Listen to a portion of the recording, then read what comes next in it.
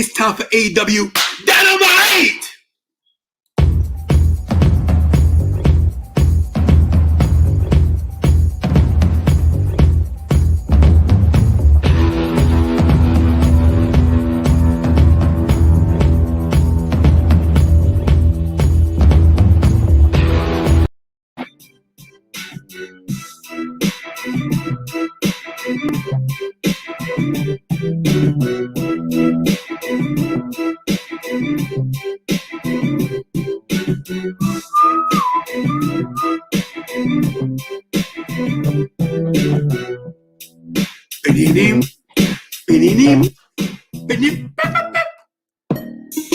Yeah. 20 minutes later.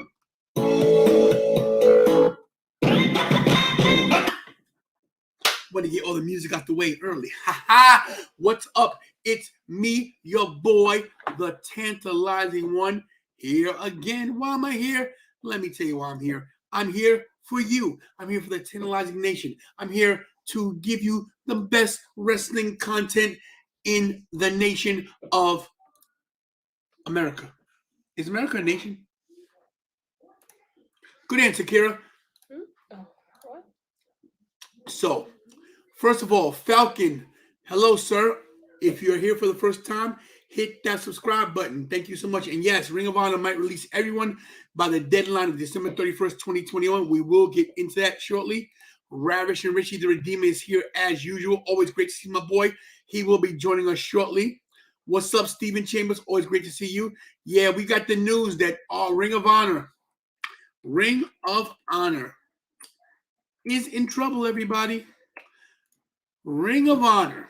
And I'm going to get to share this with you in 1 second, everybody. Bear with me. But I'm pretty sure you guys heard the rest of the news.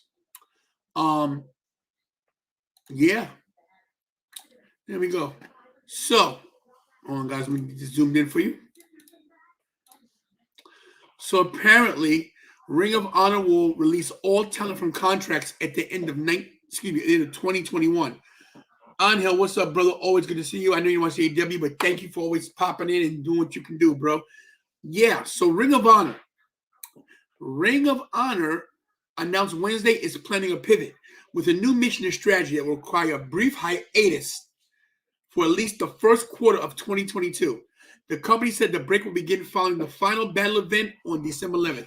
And this is straight from their Twitter page. What's up, Lauria? Lauria, stand by, Lauria. I'm going to send you something real quick. Throughout the pandemic, our top priority was to keep everyone healthy and safe. And despite not producing any live events over 18 months, we were able to keep everyone fully contracted. We now find ourselves at a time where we need to make changes to our business operations, and we are planning a pivot for Ring of Honor with a new mission and new strategy. This year will culminate with a final battle in December, and we're taking the first quarter of 2022 off to work internally to reimagine Ring of Honor. Ring of Honor has the most dedicated fans in the industry, and we appreciate their loyalty and patience as we reconceptualize Ring of Honor. We anticipate returning to live events in April for the Supercard of Honor with a new fan-focused product and provide unique experiences for wrestling fans. That was Ring of Honor's Twitter page, straight from them. Ring of Honor, at the end of the year, we might see a lot of people going to a lot of different places. Paul, can you private message me your email address right now, please? Hold on, everybody. I want to get Paul Lauria in on this if he can talk. I don't know if he can, but we'll see. I know I have it here somewhere. Guys, bear with me. It's a big deal to me. Paul Lauria, who is one of my best friends in the world, he and I, as well as Kevin Flynn, will be doing a panel show, I think November 10th, if I can get the date right. Here we go. See if I can email Paul real quick. There's so much text messages here, Lauria. Oh, my goodness.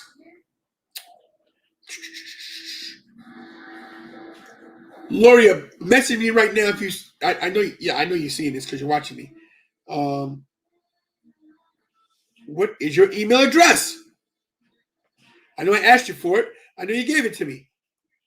Where is it? Lauria, I can't find it. Paul, text me right now with your email address so I can send you an invite. I want you to jump in real quick. WWE will get the Ring of Honor announcer? Maybe. Yes, way, Steven. Has AEW started? No. 8 o'clock, Matt Riddle. We're here an hour ahead to talk about stuff. Some good Ring of Honor talent. Open bidding. AEW Impact. Yeah. Here we go. There we go. There we go. There we go. Thank you. I'm going to send you an invite. Bear with me. Lauria, jump on, please. I want you to jump in on this. I will introduce you shortly. As soon as this, what is going on here? Here we go. P for Paul. He's not even here. P. Oh, I don't want to give his name. Here, Kira, text it. Kira's going to type in, everybody. Hold on, everybody. Kira, my producer's here. She's helping out, even though she's doing her homework. Type that in. So I'm still looking at you guys. I can't see myself or you who's chatting because Kira's on the screen doing something. But this is a big deal because there are so many people that work for Ring of Honor. Will they be free agents? Are they say they're going to release them from their contracts? Will they jump ship? Will they go other places? We don't know. Hit send right there at the bottom. Is that right? All right. Lauria, check email. So hopefully he checks his email. He can jump in and we'll bring him in. Richie the Redeemer will be in shortly. He says his connection is better. Hello, Jasmine, my daughter. She's like, what? What's going on here? Your new name is T-Mac. You cool with that, B-Dog? Brooke, I like it. T-Mac, you can call me T-Mac any day of the week and twice on Sunday. So once again, in case you didn't hear what's going on, MJF in action. Unreal has Wrestling's Pillman. True. Stephen Chapman, MJF is in action tonight, and that's great. Hopefully we see the storyline push on with him and Darby Allin and Sting after they beat Sting down. I called it early last night, so what you think about Mandy winning the title? I thought that was great. We will also go back and talk about how we have it. All predictions were true, except I was wrong. Tommaso Ciampa held on to the title, which, hey, listen, give the guy credit. He did a great job. So hopefully we get Lauria jumping in any minute here. Because I want, there we, all right, everybody listen up. So before I introduce this guy, let me give you some backstory, okay? Back in 1990, oh, geez, 3, yeah, I was at a wrestling event. And to this day, we're not sure if it was Long Island or Monday Night Raw. But, and he can see me, I can see him, but he's in the waiting room. So Paul was with a bunch of people from Long Island, his friends, Mike Norman, Kevin Flynn, John Watson, Craig Bosher. These guys are the HWA crew, Hardcore Wrestling Alliance. That used to be Holbrook Wrestling Alliance. And I think I was just the token black guy they needed for the club. But he says to me, hey, bro, man, you're funny, man. You had a great time at the match. You want to come down to our ring and wrestle? I was like, never wrestled a day in my life. He goes, we'll train you. What's your name, man? I saw Bala Perfume in Penn Station. So it had to be, it was Monday Night Raw at Penn Station. And they sold all kind of perfumes and stuff. And the Bala Perfume said, tantalizing. He goes, what's your name, bro? I said, Tantalizing Tony. And that day, the guy you see right here was born. From that day forward, me and Paul Lauria have been thick as thieves, the best of friends, lost touch over the years just because of life, but never lost a beat. We got back together. This guy literally is one of the reasons why I got the surgery I got to save my life. He taught me through it. You guys know me. I wear my heart on my sleeve. So if the tears start to flow, you guys know I am. I have a few friends in my life, okay? Nelson Feaster, Pat McVeigh, Bartholomew Garlicki, you know, and that's his real name. Josh Beal, there's some, you know, these guys I've known for a long time. But Paul Lauria is probably he's probably my longest friend in the history of my life that I've still talked to. I haven't beat the shit out of. Real talk. I beat up some other friends because they're a-holes, right? So without this guy, and this is the truth, he gave me my first pair of wrestling boots. Real story. My first professional wrestling match was in his boots. I then returned the favor, gave him a jacket that meant very much to me, my Tantalizing Tony Bret the Hitman Hart jacket that I was given to by a great member of the wrestling community. We'll leave that to myself right now. But listen, without further ado, I give to you a HWA original, a ECW original, my friend, the Giant Killer, the Ultimate Lauria, my friend, everybody, Paul Lauria. Thanks for having me. How's it going? Hi, Kira. How are you? I'm good. How are you? Very good. Very good. Sorry, Paul. Go. I have to go. No, I was just talking to Kira. That's all. She's not important here. By the way, everybody, if you see a resemblance, right? I don't want you guys to get excited. I don't want you guys to freaking freak out. But everybody, listen up. If you see a resemblance between this guy here, hold on. There we go. Here we go. If you see a resemblance between this guy right here, here,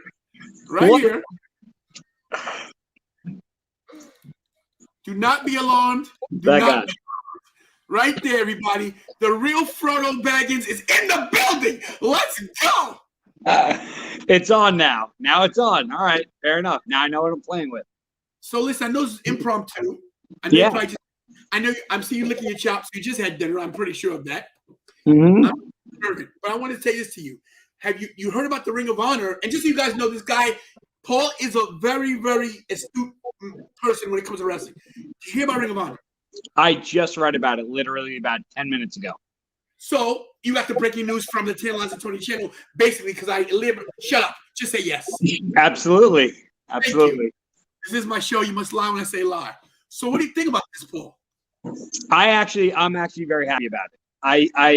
I was a big fan of Ring of Honor back in the day, but honestly, with the new developments of AEW in the past 2 years and companies that have been working, coinciding with AEW, like Impact Wrestling and New Japan and places like that, Ring of Honor has kind of fallen by the wayside, and it's a shame.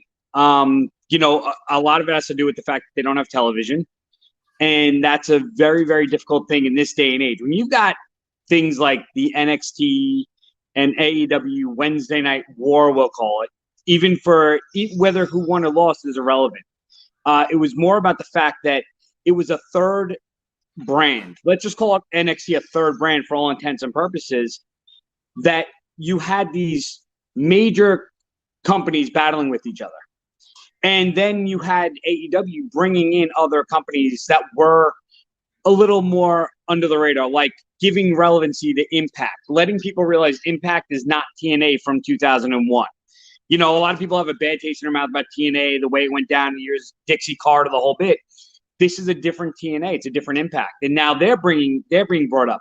Ring of Honor was just disappearing without TV, without really pushing. When you hear about other people, like even NWA Power on YouTube, making noise, being relevant. They may not be as big, but people knew what was going on with NWA. Billy Corgan did a great job pushing that and putting it out there. We haven't heard anything about Ring of Honor. Nothing. Ever since the MSG show, nothing since then. So to find out that there's a pile of contracted talent that now may have the ability to go anywhere, whether it's NWA, whether it's AEW, whether it's just indies, GCW, anywhere, that's a good thing for them. I don't know much about the behind the scenes of Ring of Honor in as far as their affiliation with Sinclair, the fact that Sinclair owns them or funds them or whatever you want to call it. So when this whole behind the scenes restructuring in the first quarter of 2022 happens, who's restructuring? Is that the management of Ring of Honor, or is that Sinclair saying, hey, we took a hit and we're not really sure this is worth doing anymore? We don't know that information. So as long as the wrestlers are free of a contract and they can go make a living with this and maybe get the exposure and maybe get, the availability. A quick side story that this makes this relevant was back in 1997 or 8, you and I have a mutual friend, Mikey Whipwreck. Yes. And Mikey Whipwreck got picked up from ECW by WCW. Now, for a 20-year-old kid who, was struggling. He was the underdog of ECW. To get picked up by a company like WCW, that was a great thing. But what ended up happening was, after he made it, having a debut match, had a couple of matches here or there, they didn't use him. So yeah, he got a great paycheck from Turner, but he was irrelevant. He was disappearing. It was better for him to go back to ECW and be on TV and at least get the exposure so people knew who he was and he had name value than it was to be a WCW guy with no name value. So if you're a Ring of Honor wrestler and you're not being used for a year and a half due to a pandemic, I get it. But unfortunately, AEW, WWE, NWA, all these other companies, they kind of made it work through a pandemic one way or another. Their wrestlers didn't suffer the way Ring of Honor wrestlers did. So for a Ring of Honor wrestler to be set free at this point, to be picked up somewhere else, I think is a great thing for them. And that's why I brought you in, because I knew you'd have a different take on it, because you're more of a behind the scene guys, and you break down the whole wrestling, the hidden part of wrestling that I don't do. I'm a mark, and I've always admitted I'm a mark. And worse, you're a WWE mark, which makes it even worse. Listen, I never said I was. No, I'm a WWF mark. Let's get it right. Yes, okay? you are. Okay. So, and I never noticed your tattoo said 33.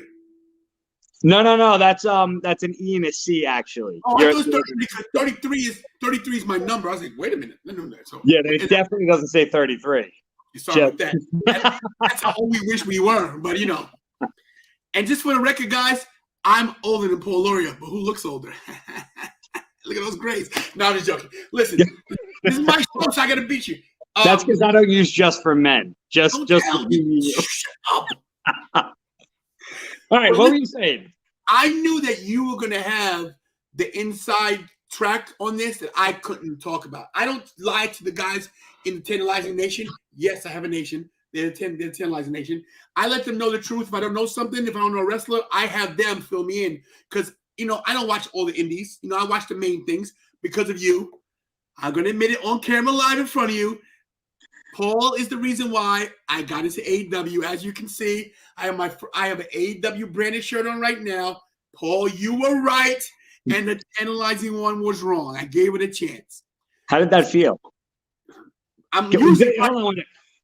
One more time. Do that again. I just want to make sure we got it clear. Because I'm like the Joker. I'm a man of my word. You were right, and I was wrong. Me being right means we both win. It means you expanded. You got to see a different side of things. You got to open up to a company like AEW and understand it. And let's be clear. Remember, what was the thing I told you about AEW? It wasn't that they were better or the best. It was that they had their intentions were very, very good. And sometimes their execution isn't always the best. Right. But their intention is. And that's where I think wrestling fans and the workers, the younger workers that are going to go somewhere, and the guys we're watching today that are going to be here in 20 years, it's because of the ability and the stage they have right now there. Paul, I want you to answer this question, and then I'm going to bring Richie in. What's the question? Got to say, it's so tiny in my phone. You're on your phone, sorry. Was Mikey Whipwreck a member of the ECW ring crew before Heyman allowed him to get in the ring for ECW? Absolutely. Who else was a member of that ring crew? Craig Boscia. Who else? Myself. Right. Who else was a member of that Storm Norman. That's right. Kevin Flynn. That's right. Joe Rules. Joe Rules, right. There was another guy. What was his name? Oh. Yes, whatever his name was. I remember him because he took a choke slam, almost like imagining lifting a sack of potatoes and just dropping it. Yes, that's kind of what the choke slam was like. Absolutely no boost at all. Zero boost. Zero. Yes, Tantalizing Nation, Tantalizing Tony was an original member of the ECW ring crew. True if you go back, I don't even know how you can watch that stuff. I have it somewhere. Does Peacock even carry the old ECW stuff for WWE? No. But it's on YouTube if you search it. It's hard to find. If you go back and you watch for instance, I believe we were there the night that Shane Douglas threw the belt down and did the whole swerve. Yes. We were there some pretty monumental moments, man, back in the day. We were there when Tommy Dreamer kicked out of the Jimmy Superfly Snuka Splash. We were there when the top rope broke on Mike Awesome. Yes, we were. We were there when JT Smith almost got killed by Mike Awesome. That was a pretty scary moment, though, when the rope broke, and as a ring crew, none of us knew what to do. We were there when Hugh Morris, aka what's his name? Hugh Morris, Bill DeMott. Bill DeMott went into the gate and almost killed that kid, and Hawk came out to talk to him. Yes. Remember that? All right, you want to know a little fun fact? Not that it's relevant because nobody really cares, but I had a tag team match, myself and Jason Knight versus Mikey Whipwreck and Hack Myers. Hack Myers passed away. Rest in peace. And at the end of that match, a masked man jumped in the ring, knocked out Hack, picked me up by one hand, and plopped me right on top of Hack for a pinfall. That was Hugh Morris under a mask before he debuted in ECW. I do remember a lot of these things. We lost Richie's feed. I want to tell you something about Richie real quick. Ravage and Richie found me because of my GCW video, Nick Gage versus Matt Cardona. And ever since then, we've been thick as thieves. He comes to all the shows. You didn't meet him at NYWC. You weren't at that one, but he came to support the show there and everything. You know, I'm gonna bring him in. He's been having ever since he's been looking for Von Wagner. He literally went to the Performance Center to track down his favorite wrestler of all time, Von Wagner, and he didn't find him. And ever since then, his connection's been crappy. But let's bring in Ravish and Richie, the Redeemer, the Bearcat, my head of security. What is he doing? He's doing something. Oh, 33. How are you, Richie? 33. Got an O to the 33. Now listen, guys, this is hard for me because I've never moderated with two people more than myself and Richie. So this is the first time you guys have broken new ground here. This is the first time we have a three-man crew going here. So congratulations for breaking that milestone, gentlemen. So Richie, you heard about three. There is. So Richie, did you hear about Ring of Honor? And Richie, Paul Richie. Yeah, what's up, Paul? Good to meet you, man. Hear a lot about you, man. Good stuff. Look at that. That's much better. Look at that. That's the real legend. What right is there, that about? Listen. What is this? What is this screen about? I'm the host of the show. You know, he's a show steer. He needs all the spotlight. Oh, now Lauria's on the small screen now. All right, we'll see what's going on. Well, he's always, no matter what, he's always on the That small is by screen. design. Trust me, that was by design. Listen, anybody shorter than me, let me live, bro. Okay, Jay, thanks. Just pay Now, close ring up. attention because Tony's going to be winded in about 5 seconds. It's kind of like the way you wrestle, you know? I'm gassed now. Let's get him a drink. Let's get him a drink, please. Cold Get him a drink. Yeah, Ring of Honor. I heard about that earlier. That was that's kind of crazy to me. I think it's more to it than what they're saying, but I don't know. Do you think the talent's really going to sit around and wait to get Ring of Honor back? I mean, if they're not contractually obligated and they're letting everybody go, they're going to need to make money, right? We might get to see some dream matches that we might not have seen before. Like there's people that can, like Jay Little with Ring of Honor, correct? Last I checked. Yes. Does he have a shot now at WWE? Does he have a shot at AEW?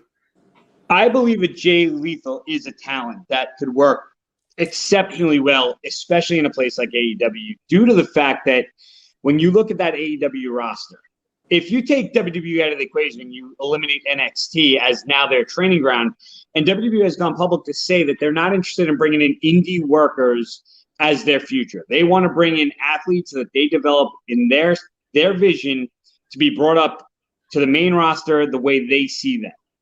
AEW, on the other hand, when you look at that roster and you look at an Orange Cassidy, a Darby Allin, a Jungle Boy, a Marco Stunt, and even a Ricky Starks, these are not the biggest guys in the world. You put a Jay Lethal in there, an experienced guy for, 10 years, maybe 15 years working in the business, and you put him in the ring with guys like that, you put Jay Lethal and Adam Cole together, that's money right there. So I think a guy like Jay Lethal has a great shot. And Richie, to your point about the wrestlers sitting around and waiting, what I wonder about too is like when you think about when WCW was taken over by WWE, not everybody was taken in. A lot of those wrestlers got left by the wayside.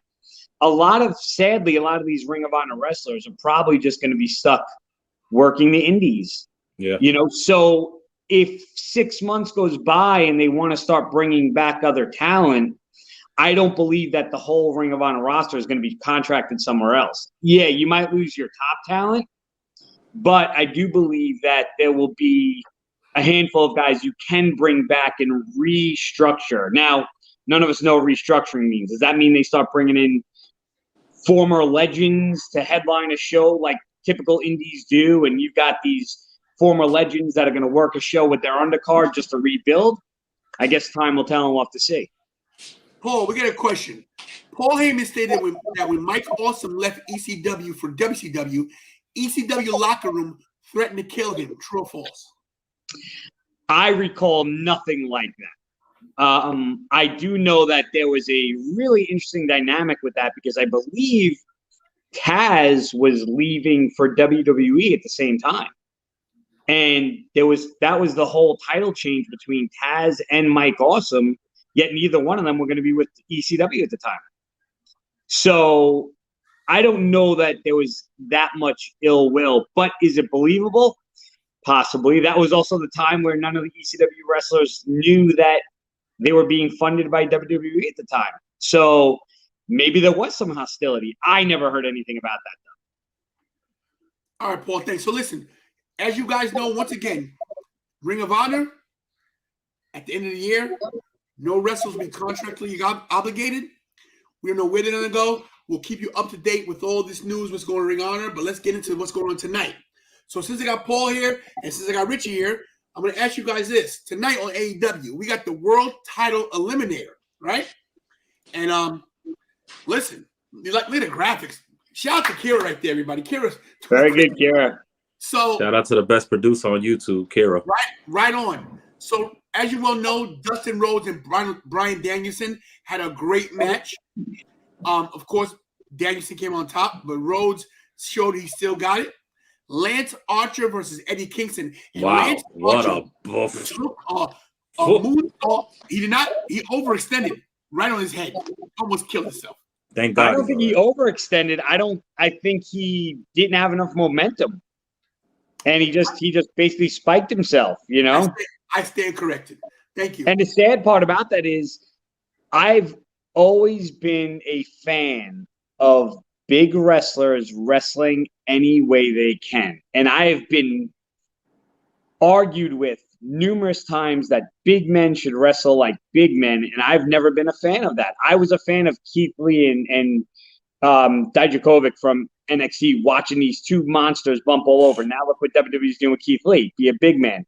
But then you see a guy, Lance Archer size, try to do a moonsault and spike himself on his head, and you wonder if that was really necessary.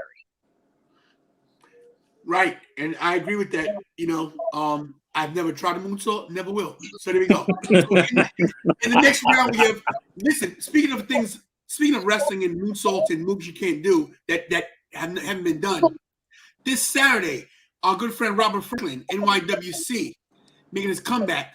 I'll put that up later, guys. I will keep you guys up to date on my good friend Robert Franklin because he's now inspiring me because he's coming back. So we all know I'm coming back, but I'm going to do it bigger and better, just so you guys know. We'll get to that later.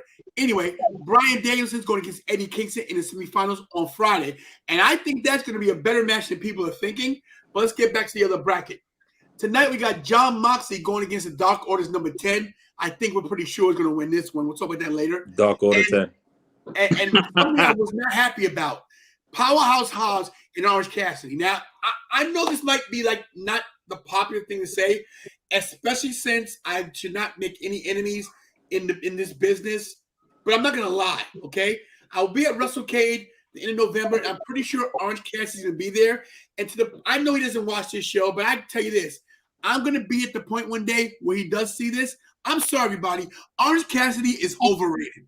I'm sorry. I would never job to anybody who puts their hair in their pocket. I don't like the gimmick. I don't like it. I don't like the little kicks. I don't like hands in the pockets. I don't care how talented he is. It's BS. Powerhouse Hobbs should have cracked his skull. That being said, we got Orange Cassidy in the semifinals, probably going against Jon Moxley. Well, my question to you guys is this. Who's going to win this tournament? Orange Cassidy. Oh my God! Wow, that's a bold statement. Here's what I think. I think Orange Cassidy is going over Hobbs to face John Moxley. This gets really interesting to know whether they're going to go with a Moxley win or a Bryan Danielson. I'm not sure which way that's going to go, but I definitely think it's going to be Moxley or Danielson. One of the two of them are going to be going forward with this Kenny Omega saga. I say, good. So I say Orange Cassidy because of this reason. Danielson is too soon for him to get a title shot right now. Even if he earns it, that they shouldn't give it to him. I don't think they will. He'll probably go over Kingston. Don't be surprised if Kingston goes over Danielson. I really feel like Orange Cassidy is going to win the whole thing because Moxley's next feud is going to be with CM Punk when Moxley turns heel, full heel. So I see that happening. And, of course, you got to have, Page is going to win the title. That's later on. He's going to win that title, and Omega is going to get kicked out of the Elite, and Adam Cole is going to be the leader of that group. So that's what's going to happen there. He has fantasy booked for months. Wow, you got some fantasy booking going on here. He doesn't All play. right, let me throw this at Richie. If Bryan Danielson comes in, and he's been on fire right now, right? And they're kind of painting themselves in a corner if he keeps going over. With this undefeated streak, he's beating everybody, and that's great. Yeah. I don't have a problem with Bryan Danielson winning this tournament and then working with Kenny Omega, but then Kenny Omega retaining against Bryan Danielson. And that brings Bryan Danielson back down a level to now he lost. Now you can send him out and he can work with anybody. Mm-hmm. You can't keep him on a trajectory of win right to the title. I agree with that. Yeah. But I think he's going to win to this match, and then he loses, and Kenny Omega is the one that puts him, because it establishes Kenny Omega even more so. And number two, we already saw the Moxley feud with Kenny Omega once before. We've seen Orange Cassidy and Kenny Omega once before. I'd rather see a Bryan Danielson and then see him lose to kind of level him out, where now he can go in another direction, work a program with somebody else with their own storyline. But it's almost like you have to bring Danielson down a step, because the way you booked him since day one is incredible. It's great. But who else are we going to put him in there with that he's going to lose to, that you're going to be okay with that? But my thing is, they could, and within this tournament, they could, and the lights went out, Tone. But in this tournament, you could. But no, in this, what they could do, honestly, as a swerve in this, and before we get to the next thing, Tone, I don't mean to hold up the time with this, but they could have somebody actually interfere and cost Danielson this tournament. You understand? And then they could do that, have that person feud with Danielson and keep him busy with them while Hangman and Omega battle. I just don't want Bryan Danielson to win this tournament and then say, I'm putting my name in the match. What is that, Full Gear? And we're going to make it a triple threat match. And Mr. Triple Threat is back in AEW just like he was in WWE. And I just do not want to see that. Let Hangman get his one-on-one. You brought up a good point there. You brought up Hangman Adam Page. When is that match taking place? Full Gear. Now, when is that in comparison to the winner of this tournament? This would line up. Wins the belt. Does that mean finals? Yeah, the finals is Saturday. The same night. The finals. Oh no, it's the same night. Yeah, it's so the same night. But he could throw himself in there. He could say, I want my shot tonight and make it a triple threat. Right. What he's saying is this: he could win that night and says, "Hey, guess what? It's a triple threat." That would be such a rub at WWE, because he's a triple threat guy. What I'm saying is, you end up putting Page Danielson together. Now it's not about Kenny Omega anymore. If he was to lose, I don't see how you do this with Hangman Page, and you bring him back after the hiatus, after the storyline with him, to put him back in another match with Kenny Omega to have him not win this title. Yeah. He's got to win the title. So if the winner of this tournament is working against the champion, that doesn't mean they're working against Kenny Omega. It means they're working against the champion. So we might be looking at this the wrong way. You might be looking at this to say, who's winning to face Adam Page in another month or two? Mm-hmm. And if that's the case, again, not necessarily against any of those things. You might be right. John Moxley would be good. Orange Cassidy. I don't know if Orange Cassidy and Adam Page have that kind of draw, but Bryan Danielson or John Moxley versus Adam Page could be really good to watch also. Yeah. You guys can make a lot of good points. I don't want to stay on too long because times are ticking. We're at 7:35, 25 minutes away from showtime. But I want to get this question up. Steven Chambers says, Punk versus Fish also, which you guys can see. Have they ever faced each other in Ring of Honor? That's out of my wheelhouse. I don't have the answer to that question. I don't know. Kira's going to look it up right now, the producer. I honestly don't know. I was not a big Ring of Honor guy. I did watch Punk a little bit. So I don't know either, but I'm sure they've crossed paths somewhere. I'm pretty sure they know each other pretty well. This is going to be a better match than people are expecting as well. I know Bobby Fish at the tail end of his career, he's 44 years old, but Punk coming back after 7 years not in the ring, basically they're on the same level right now. I do like how Punk hasn't going straight to the title. He's been wrestling wrestlers. He's been wrestling up and comers. He's been putting younger talent in the spotlight. Everyone that he's had a match with has been a good match. He hasn't, boasted that he's the best in the world, as you notice. He's just a guy in a company who's trying to get his footing. That being said, does anybody think Bobby Fish could pull the upset tonight?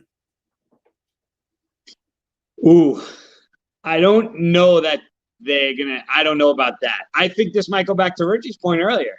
Can this be a DQ style match? That might fit a lot more. You're flirting with the idea of putting Bobby Fish. Who did he work in his debut? Was it Danielson? No, it was Sammy Guevara. Guevara, yeah. And he lost. Then he worked Bryan Danielson and lost?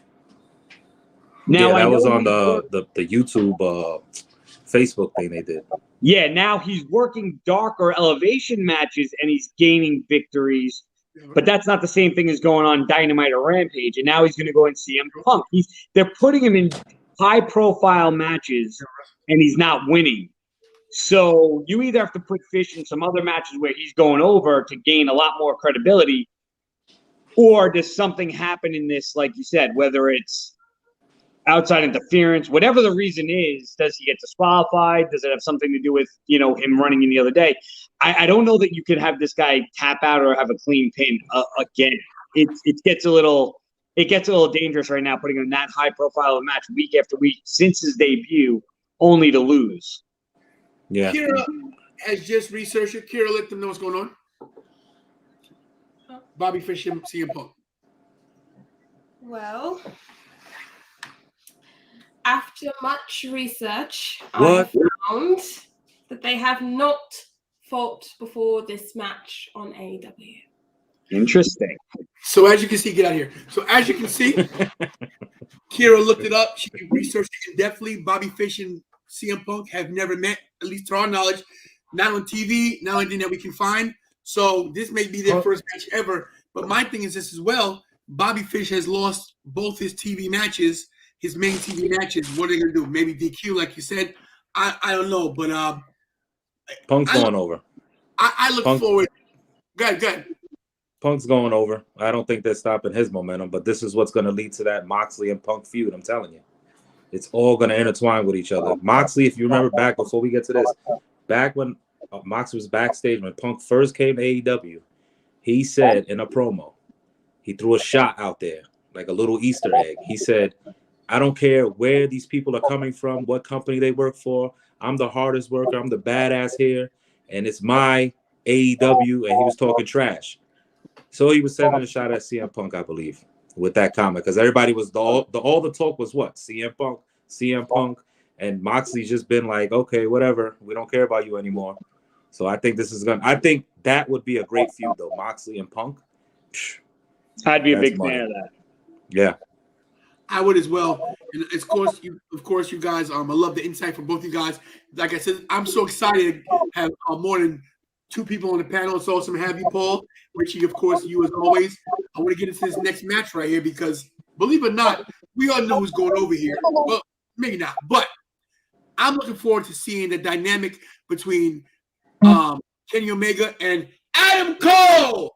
Baby. Because we all well know that back in the day, Kenny Omega kicked Adam Cole out of the Bullet Club. I think Richie's right where they're going to use a foreshadowing that somewhere down the line they turn Kenny Omega face and Adam Cole returns the favor and kicks him out of the Elite. But that's not happening tonight. We got the Super Kick Party dudes in here who, to me, are the funniest tag team, not just talented, just entertaining as all hell, going against the Dark Order. Now, we know, rest in peace, Brody Lee, the Dark Order basically is, they're mid-card at best. We know it is what it is. But I'm pretty sure they're great wrestlers. But tonight, what do you think is going to happen in this match? Paul? Well, this one hits home a little more than others because I am a huge, huge fan of Long Island's own, trained by Mikey Whipwreck, NYWC original John Silver, who happens to be in the Dark Order, along with Alex Reynolds. And on a little side note, I'm going to get right to this match, but much congratulations to former WWE Cruiserweight Champion and NYWC original Tony Nese, who gets his debut match next week on AEW, either Dark or Rampage or some one of those shows. But Tony Nese, who happened to win the Cruiserweight title from Buddy Murphy in the Meadowlands Arena, New York, WrestleMania, is now getting a shot at AEW, all from NYWC. This weekend, Robert Franklin, NYWC. Go find it on YouTube or online, nywcwrestling.com. Get tickets, awesome show. I would love nothing more than to see the Dark Order go over somehow. Like I said, I think John Silver is a breakout star. Within the next year or two, that kid is going to be doing something. His personality is standing out huge. Listen, when you're getting Jim Ross putting over your gimmicks, that's a big statement for that. If you hear Jim Ross putting over Johnny Hungy and all that stuff, so I don't know how many times it can keep going back to this well, though. The Elite versus the Dark Order in any variation where it's constantly Dark Order losing. It's an 8-man tag. Is it going to hurt the Elite if they lose? No, I wouldn't mind that at all. But at the same token, don't we have the storylines going on with Jungle Boy and Jurassic Express? So once again, I know AEW is not huge on the disqualifications or the outside interference. They usually will get a clean win and then they'll have their cluster F after the fact. I'm going to throw it out there. I would like to see Dark Order pull off an upset. I'd love to see it. Only because we've seen them keep losing them. So what are we getting into? This is like WWE all over again, where every week I'm watching the same match with the same results. Unless AEW and Tony Khan are certain that Bray Wyatt, Wyndham Rotunda is coming to AEW, I think the Dark Order should start winning matches, like you said. If they have a plan to have Wyndham come in there and take over the Dark Order, then I could see them still having dysfunction. And I think that's why they're doing the story like this, to try to lure him in to say, listen, Brody was here, you know that. You could take over this Dark Order thing and you could get your new gimmick going here and it's going to be money because, he's a hell of a talent. I agree with you guys. I think Dark Order should go over. It's probably going to be, like you said, Lauria, about Jungle Boy coming out, distracting Adam Cole or something, and it's a roll-up win or something like that. That's what I can see the finish being, but still giving Dark Order the win. I'd like to see that. I'm sorry, Paul. Paul mentioned NYWC. I want to get up there real quick for you guys. NYWC Homecoming of Madness, October 30th. This Saturday, I will be there along with Paul Lauria. Doors open at 6 p.m. Bell times at 7. New York, the NYWC Sportatorium, 435 Brook Avenue, Deer Park, New York. 11729. Tickets, general admission of $25. Front row is $30. If you need information, call 631-667-6992 or go to www.nywcwrestling.com. I think they're pretty nice good. Plug. They're pretty good. And as I will get up later, Robert Franklin, our good friend, making his comeback. It's going to be a great, great, great night for wrestling for NYWC. Let me get the last little thing. Sorry, guys. Last little bit of stuff here. We also have Serena Deeb going against Sheeta. Sorry, guys. My bad. Here we go. Real quick, Serena Deeb, formerly the bold chick Serena. from Straight Edge Society. What was her name? I think What it was was just it? Serena. Was it Serena?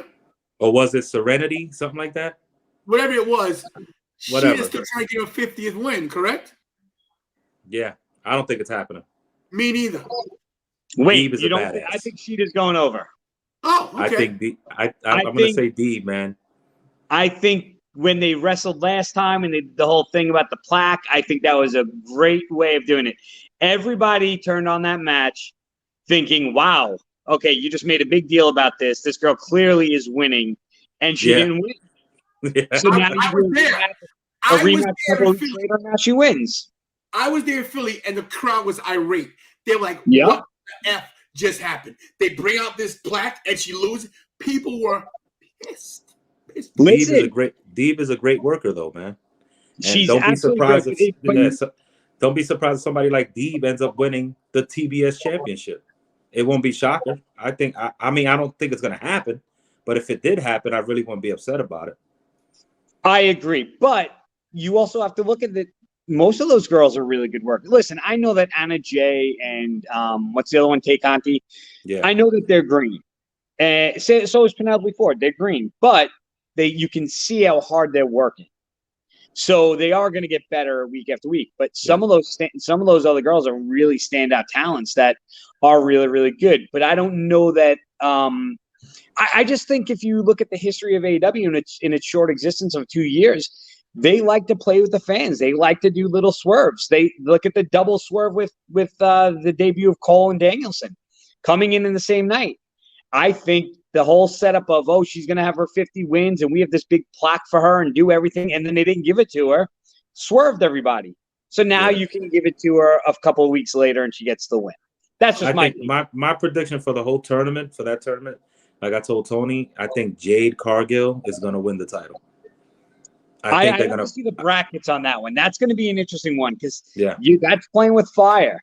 Jade Cargill, Jade Cargill has a great look. She looks like a champion. She looks like AEW's version of Charlotte Flair. But she does not work like her at all. Yeah, that work is trash. So you're going to put the title on the girl who's going to be your standout talent that can't work with half that card. So there's only one person that deserves this title, and her name is Robbie Soho. God. I don't deserve is a very strong word. I don't know that she deserves that. I think there are some talented people there that I can see. Yeah, Soho's a little overrated too. You have a Paul Lauria show. This is my show. I say she deserves it. Okay? Let's get to Sammy Guevara and Ethan Page real quick, guys. All right. Great match. Richie, take this right here. It's going to be a great match. It's going to be a great match. I would be very shocked if Sammy Guevara lost this title. I could see him, winning by a disqualification tonight. Interference by who's that over there? Scorpio Sky. Yeah. I could see that happening tonight.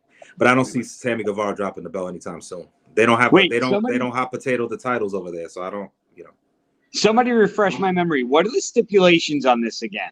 It's Sammy has to leave the inner circle, right? Right.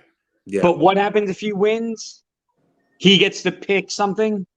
Some stipulation for it when it's a title match. I don't know what the heck it is. I don't know.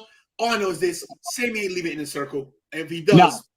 He's retaining, because this is another instance of, if you compare AEW to WWE, WWE is infamous for throwing a stipulation on only one half of the match. Hey, if you do this, you're out. But what happens to the guy if he wins it? Yeah. Nothing. So it's almost a dead giveaway. AEW likes to put stipulations on both sides. If you win, this happens. If you lose, this happens. So it really does leave it up in the air, because and they did this once before with Jericho, right? That if he lost, the inner circle had to break up forever. And when you heard that, you thought, wow, so this might be the end of it. And then Jericho, they go and they win. I don't see Sammy Guevara losing, not this quickly, not to Ethan Page. And I'm a big fan of Ethan Page. Yeah. Only time Guevara's losing is if Jake Hager, once he turns. But I don't think that's happening right now. Oh, Tony, let's do this right now. I want Richie, you and I together down the line in a fantasy booking episode. I love the fact that he fantasy books, but I have to bite my tongue because I have so many fantasy booking ideas myself, and I don't want to take over the show completely. Nah, yeah, we could definitely do that. It's fine. And just so you know, Paul, what is the date for me, you, and Kevin? Is that November 10th? Yes, that's a couple of weeks, yes. And So that's, what did we say? That was, this will be fun. Can we tell your audience just let the them know. topic? Let them know. Go ahead. So the topic when we do our panel will be the current WWE roster, underutilized talent that would better benefit going to AEW. Ooh, So they have to be like a current talent in WWE that you think would do better off over in AEW. The way AEW is taking a Malachi Black, for example. Now, the way this is going to work, And then we're going to pick only 5 guys, though. So you have to pick your top 5. So we'll all have our top 5, and then we'll have the audience give their opinions as well. Paul's going to have his top 5. Kevin's going to have his top 5. And I'm just moderating. I have no skin in this game. I got no horse in the race. I would be keeping the peace between these two because when these two get into it, you guys are going to see it's going to get heated. So now listen, let me give me 30 seconds to do this. I'm going to give a little backstory on Kevin Flynn. Kevin is a childhood friend of mine. We went to high school together. He was ECW ring crew. He wrestled on the Independents. He never wrestled for ECW, but he did the Independents. Master Kevin Bates. Great friend to this day. He is an analytical monster. He breaks everything down. Kevin was the guy who introduced me to NXT. He got me on board and convinced me to watch NXT. I had to convince him to get on board with AEW. He breaks things down analytically. There's a good chance he's going to show up on your show with a pie chart, maybe a couple of, giant pieces of oak tag like your kids had in elementary school with like pictures, and he'll have action figures set up to explain all his theories. I think his theories are garbage, but that's between me and him. I'm just saying. The idea will be he will have an approach, and he does. He has an opinion and an approach that I love. And the idea behind this panel is I think every one of us being a fan of wrestling, watching channels, having channels, understands that social media has become a place where if you voice your opinion, a lot of people feel the need to tell you you're wrong for it. And the idea doesn't have to be that you're wrong. Kevin and I want to approach this to open up people's eyes to just simply see 2 different perspectives. It doesn't mean one way is better or one way is right or one way is wrong. It means, hey, you know what? I didn't think of that. I'm going to look at it from this perspective. Hey, that would be a great idea too. I didn't think of that. I'm going to look at it from that perspective. And I'll just leave it at that, and we'll leave more to it for that episode. And as you can see, everybody, Paul says that Kevin's analytical, but Paul breaks it down as well. And these 2 guys, I've known them for the better part of 30 years, and this is not an exaggeration. They're both pretty smart guys, but they're both bullheaded, and this is going to be such a good head-to-head. I guarantee you guys want to tune into this because these 2 are going to go at it like you guys will not believe. And I get to just soak it all in, and I get to enjoy the spoils of victory because I get to sit back and watch these guys kill each other. So it's going to be great. It will be great. All for you. Yep. Yeah. All for you. And I appreciate it. The Tenderizer Nation is going to love it. Real quick, MJF in action tonight. Against who? It doesn't matter. Anytime Maxwell Jacob Freeman's in the ring, I think it's a good thing. All of a sudden, guys, Prince Rocky, first time in the room. Ring of Honor closes April 22, ends every contract. Thanks, Prince. We talked about that. We'll get back to later, but do me a favor.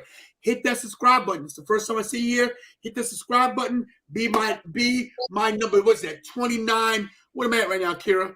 We're at 29.59. So you'll be 29.60.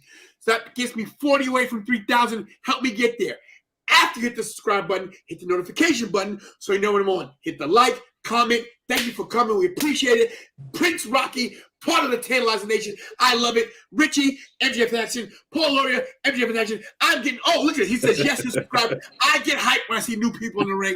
When new people think it is so great. Tonight, guys, we got a great, great show.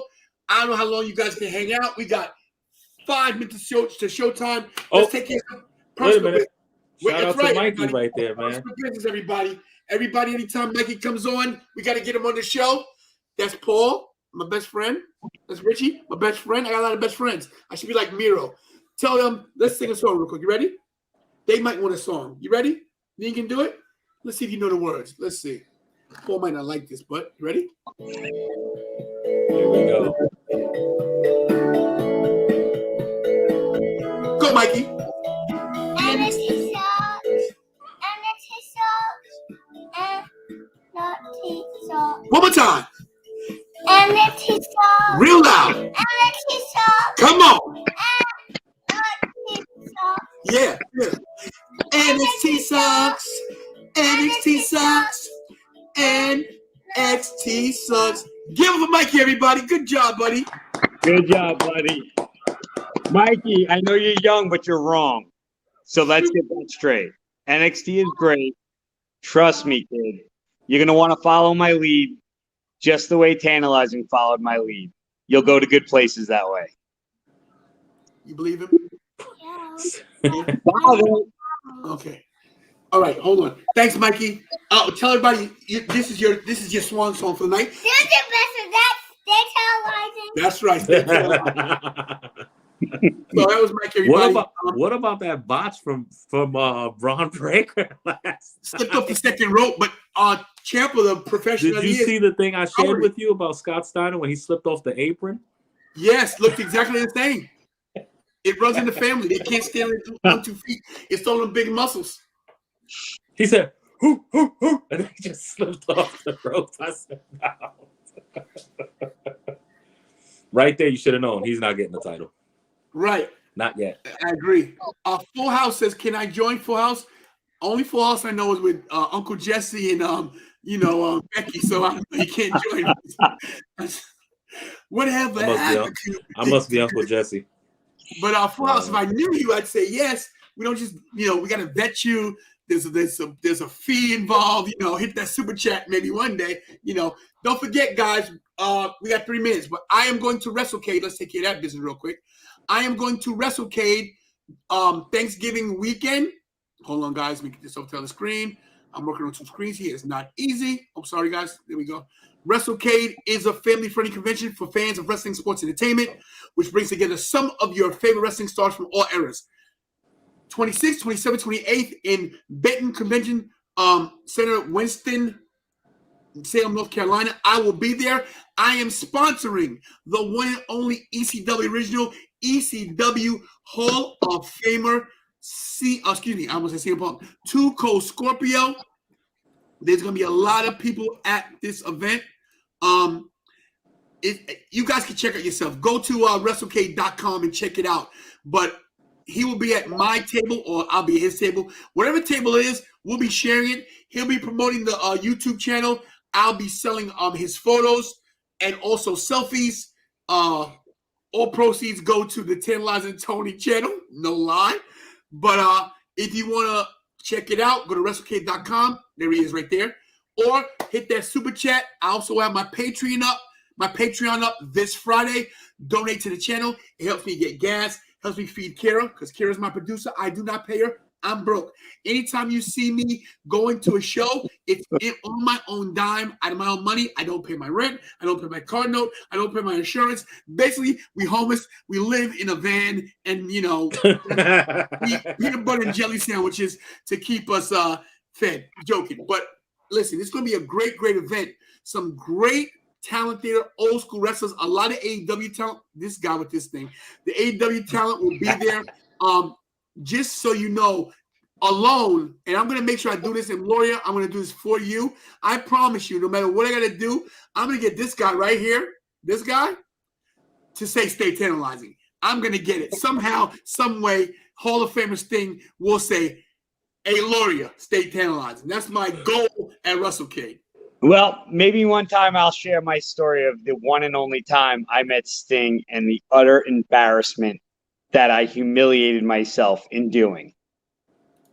I'm not going to tell you about it right now, though. It'll be a cliffhanger story. Please make it. Please let us know. It's a cliffhanger. When you do have that story, let us know. But right now, AEW Dynamite's about to start. So guys, turn your show on, turn your TV on. You guys know I can't, watch it. I can't copyright, but we can talk about it. You guys are welcome to stay as long as you want. It's up to you. If not, get the hell out. I don't care. This is my Okay. show. Wow. Paul's out. Wow. I'm out. Okay, so Paul, before you go, I want to thank you so much for joining, bro. It was an ultimate pleasure. I know it's last minute. Thanks for coming in. My love to your entire family, the girls, your wife. I don't know why she's married to you.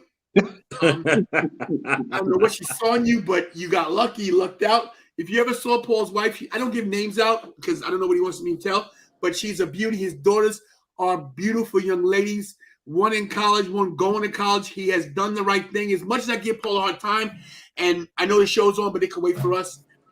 This is a true statement. I want to tell you, Paul, okay, and you know how I get. I love you, my brother. You, my friend, have always, no matter what's been between me and you, if we lost track over time, we lost, touch, you've always told me the truth. You've always been my buddy, man. And let me tell you, because of you, I can officially announce this. My goal weight, if you guys don't know, I was 390 pounds last year. Got surgery, went through some medical stuff. My goal was to get to 225 by my birthday, April 14th. I can say with all certainty, with all confidence, that right now I just got off the scale, went butt naked on the scale. I know it's a visual you guys don't want to see, but I have made my goal weight 7 months ahead of time. I weigh 225, baby. 225. Let's go. I'm beyond proud of you. You know that. You son of a gun. All kidding aside, thank you for having me, first of all. Second of all, you know that you're family. You know that. You and I have a history that we would have to be on for 24 more hours to explain all our stories and everything we've had. I've always had your back. You've always had mine. I even liked you when you wrestled in a women's bathing suit. Another story we'll save for another day. What? Yes. All right, I gotta hear that. Tony wrestled in a women's bathing suit, just to be clear. He confused women's lingerie with a singlet. We'll talk about that another day. I believe we have pictures to prove it. Maybe even video. Anyway, yes, you too. You to the family. Kira, we love you. We miss you. To everybody, though. Everybody over there. Kira, we love you, kiddo. You're doing a great job. He should pay you a lot more. Buy you a car or something like that. You're due for it. Before you go, this is nothing against anybody, but white folks always trying to tell black people about stuff. We're broke. Okay, go ahead. Don't make it racial. But in seriousness, though, I'm your weight loss. I remember you called me. I won't give out the details of this, but we had a really, really good talk right before your surgery. I know that you had some reservations. You weren't sure about how things were going to go, and you manned up. You took care of business, and you didn't just take care of business, but then you put the work in. You put the work in for months after that, when it wasn't easy, when it hurt, when things were hard. My father passed away 5 months ago today. And my father told me, one of the sayings my father always told me was that every man faces adversity. And how that man responds to that adversity defines his character. And you have outstanding character. So I just want you to know I'm proud of you for all your hard work. And you deserve what you're going to get. I do look forward to seeing you someday, hopefully back in a ring. Maybe you and Robert Franklin. Who knows? Maybe it'll be here. But I really, really, really am proud of you for all your hard work and everything else. And I look forward to doing some more episodes with you. Appreciate you. And of course, I would say thank you, but that's not my style to put you over. Of course, I did all the work because I am your YouTube champion. And that's what I do. That's what I do. That is what you do. All right. Frodo out. See you, Paul. All right, everybody. It's Paul Lauria. And we got the match start right now, Richie. We got Bobby Fish and CM Punk in the ring. Yeah, I gotta reposition myself to face the TV without the TV showing. Hold on, just bear with me, everybody. I know the ravishing one is requested. I'll be right back. Once again, I want to thank Paul Lauria for coming on impromptu. That was awesome. Thank you so much, Paul. It was an honor and a pleasure having you here. Texting him right now. Let him know you know. Just subscribe. Thank you, Kato. Dynamite return. Can you name 5 wrestlers you on AEW?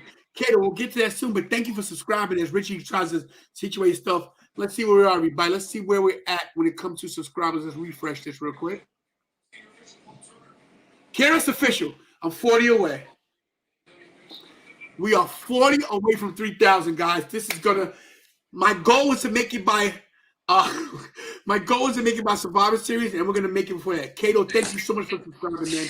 Appreciate you. Right now, we got CM Punk and Bobby Fish, and the match looks great already, man. As Richie tries to adjust his camera. As Richie does this, we'll take him off screen for a minute, and we'll get him back in when he's done. Low kick. Oh, these kicks by Bobby Fish using those educated feet.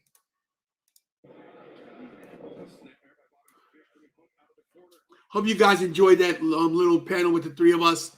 There'll be a lot more of that coming. I'm trying to make this channel even more professional, make it more interactive, more fun for you guys.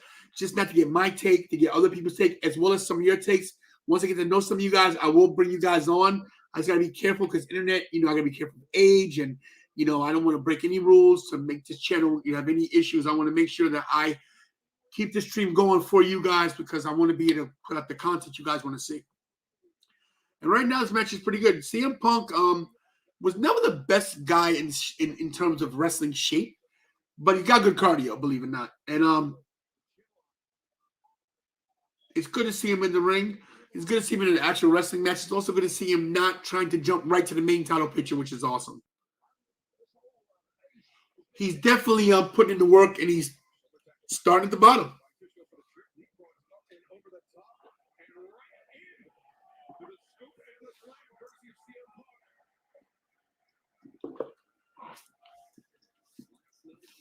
CM Punk has that look about him where he just doesn't care.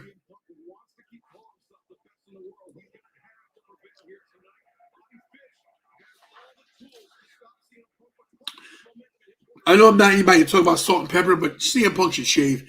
Make himself look a little younger.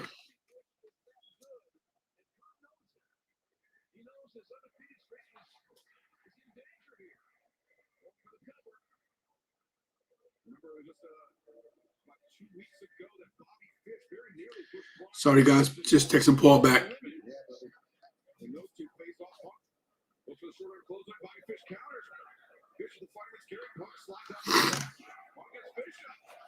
Already going for the GTS.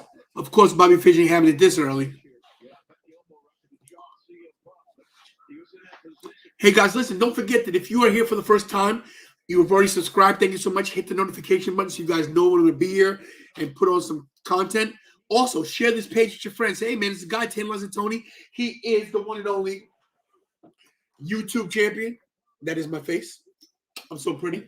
But I'd love to see you guys share this and get me to that 3,000 mark. They're in Boston right now. Shout out to my boy Tito, who's in Boston, lives out there, invited me out there. I just could not make it. Could not make that 5-hour drive and get back to work the next day. Just too much for me. Good to see Bobby Fish.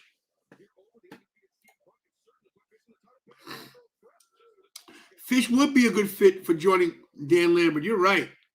That'd be a pretty smart idea. Bobby Fish at 44 years old, still showing he can do it. Still got Sammy Guevara and Ethan Page. Got a nice little card for AEW Dynamite. Round 1, Serena Deeb and Hikaru Shido for the TBS Championship. And don't forget, we got John Moxley versus Dark Order's number 10, winning the World Title Eliminator Tournament, as CM Punk clotheslines Bobby Fish over the top rope. Oh, CM Punk's going to fly. Maybe not as fast as he used to be, but got the job done. And this is the way he's winded.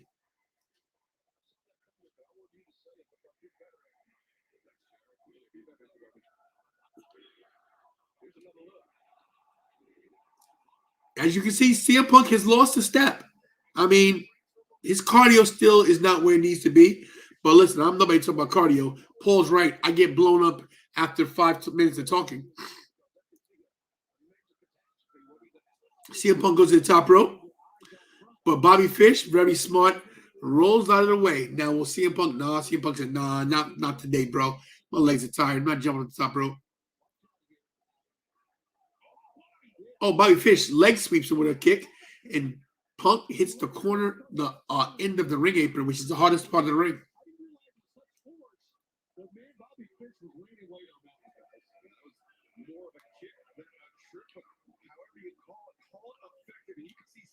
CM Punk once again selling that knee. Oh, here goes a chop block. Oh, maybe not. Back elbow. Goes for a pin. 1, 2. CM Punk kicks out at 2. And he's selling that left leg. That left leg might be injured. We're trying to get Richie back in. Richie's still on the black screen. Richie's having some issues, I can see. Boom! Backdrop. Oh, excuse me, back suplex, not backdrop. Oh, and he wrenches that leg. He works on that leg, and now he has seen that CM Punk has a weakness, and any professional, consummate professional, stiff, will work that leg. Oh! And this is how you wear your opponent down. This is what you do. You find an injury, and you focus on it, and you pinpoint it, and that's what you do.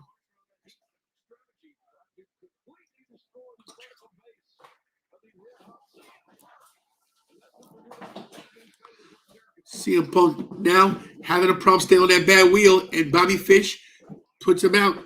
Bobby Fish stays on top of him, doesn't give CM Punk a minute to breathe.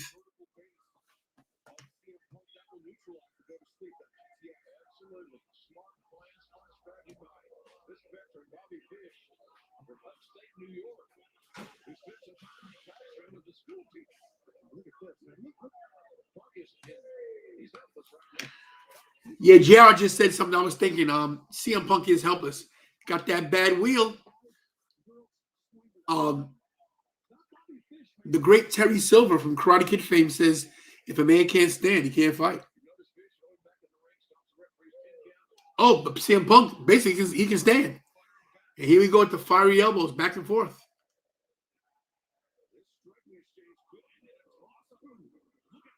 That knee to the solar plexus. Oh. Oh. Hey, by the way, you got CM Punk shirt on. Oh, CM Punk, look at it, trying to get some circulation in that bad knee. But no, Bobby Fish rushes in with a big knee of his own. And this is where he shows, hey, I got some hands, bro. He goes to the body, goes to the inner thigh, again to the leg. Oh, he is chopping him down like a redwood. CM Punk's in a little bit of trouble here, everybody. Can we see CM Punk get his first loss? He's got a 5 count, ref. He's got a 5 count.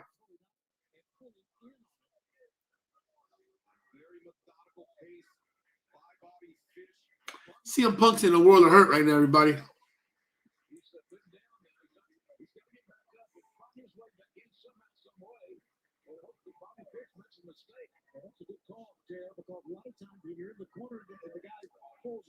Oh, wow. He almost overextended him and went into a freaking sunset flip kind of move there. He's got him on the back of the turnbuckle, the post. This is new. He's not even on the actual turnbuckle pad. He's leaning on the post. This is the biggest test CM Punk has had since he's been back.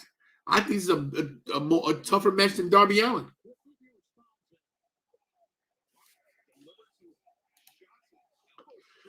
Steven, I agree with you. Smart work on the knee, hard to do GTS. I agree. But you know he has the anaconda vice, so you might not be able to put that GTS on him, but he still choked this guy out.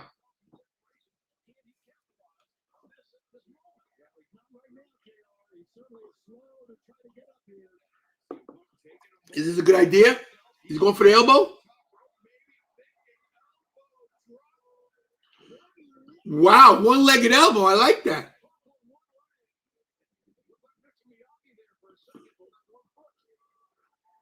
Wow, JR just stole my thunder. He mentioned Mr. Miyagi after I mentioned Terry Silver from Karate Kid 3. They steal my stuff. You see that?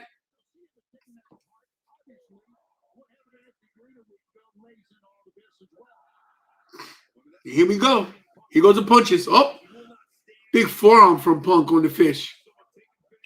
Big forearm from Fish on the Punk. Back and forth. We got the yay boo. Yay. Boo. Yay. Yay. Here we go. Punk has the upper hand.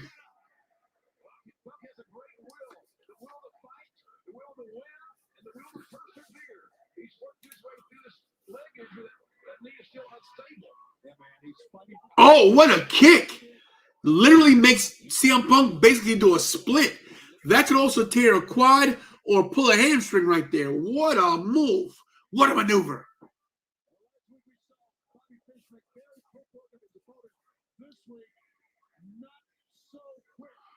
Spin heel kick out of nowhere.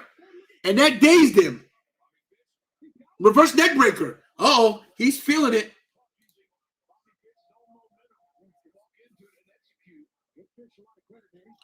High knee. Right to the chops. By the short arm clothesline. He goes for the pin. 1, 2, kick out.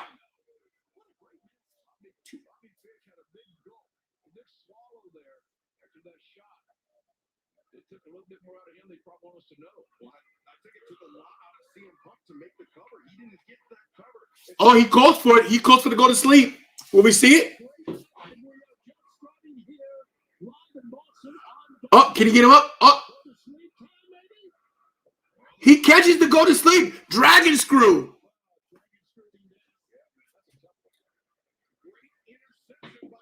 Off the ropes. Big clothesline. The ref is out of position. He takes out the ref almost.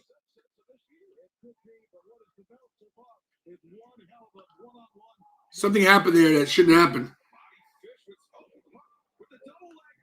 Double legs him. Here's the bridge.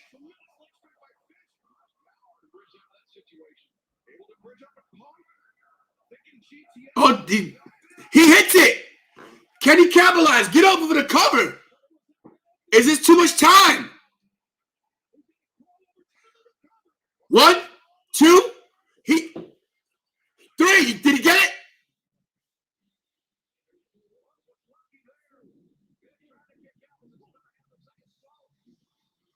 Wow.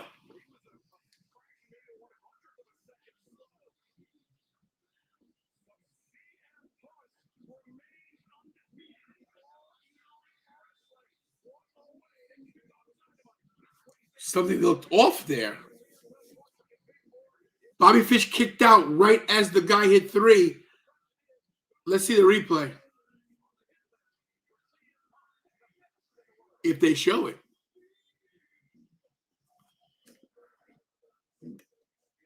Will they show the replay? Because that looked really weird at the end.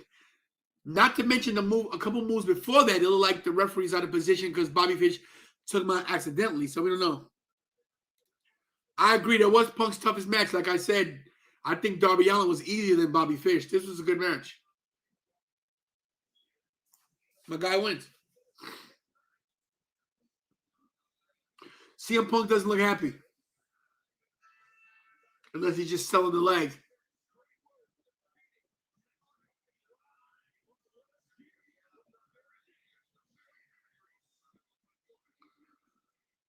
They didn't show the replay. Wow.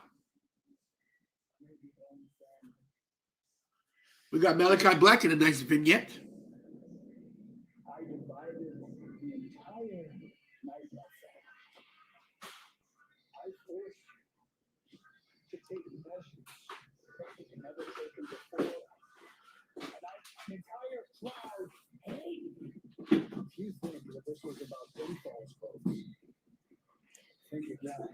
Yeah.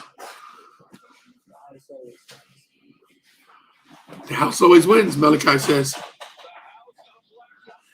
MJF in action next, everybody. They call him Discover the Earth. Where's Richie? Richie's having some connection issues, everybody. He was in a good area of the house. Yeah, it looks like he's not done with him, bro. He looks like he's not done with Cody Rhodes as of yet.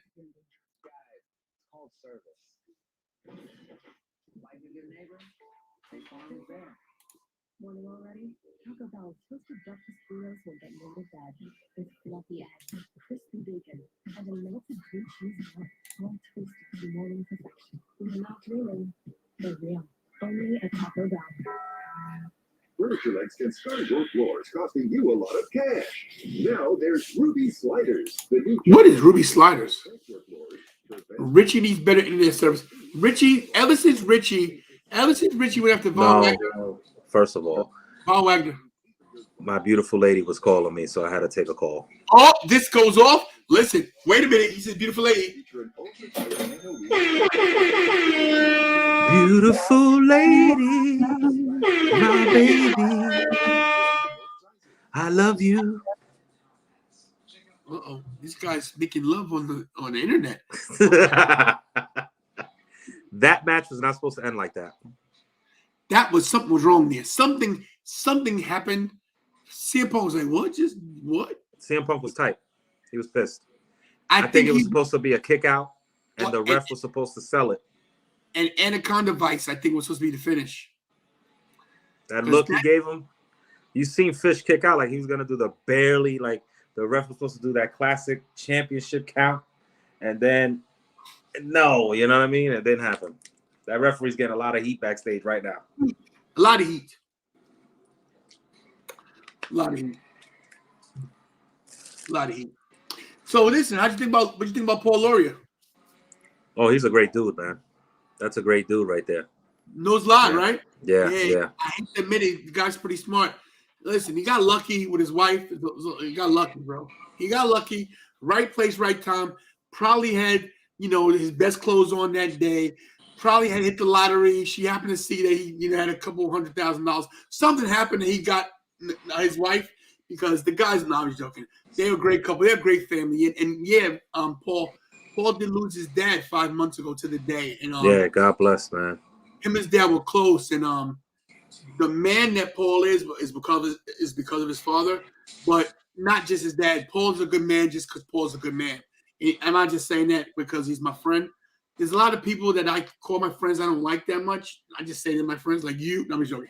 No, but seriously, no. But he's really a good dude. So it's always a pleasure to have him on, and it's gonna be a great show with him and Kevin, and we'll probably bring you in too as to help me moderate. We'll do this. We're gonna do this stuff because the show with these two guys having this back and forth, bro. You have no idea what you're in store for. It's gonna be amazing. We're back. MJF. Yeah. Mr. WWE 2024. Maybe. So, guys, you guys know we've been talking about eating on screen and mukbang, and I had some chicken the last couple of days. Tonight's been. Where's my bowl, hon?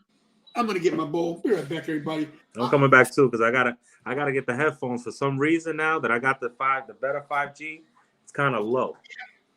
This show makes me hungry. This show makes me hungry, everybody. I'm back. I got some beautiful spaghetti here, and I'm sorry if you guys want to super chat me $5 for eating this, no problem. But I can't believe those mukbang guys actually get paid to eat on screen.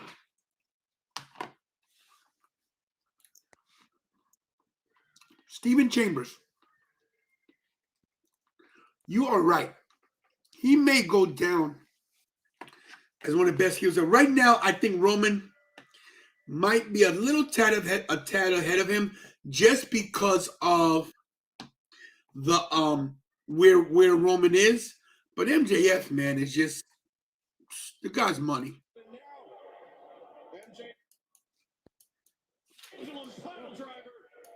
What a power driver! Wow, it's over.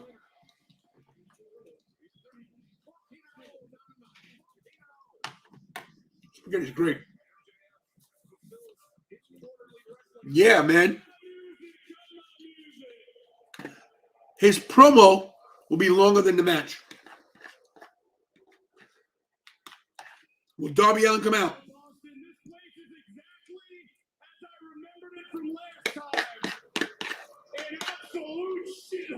Wow. But guess what? You're lucky, Max. You just got to see me do what I do best. And that's pinning shoulders on mats and banging rats. Say the only problem is I'm going to have to start That was awesome. this week since I'd rather shut my junk in a blender than go anywhere near your disgusting fat women. MJF on the mic is something special. Doesn't care who he offends.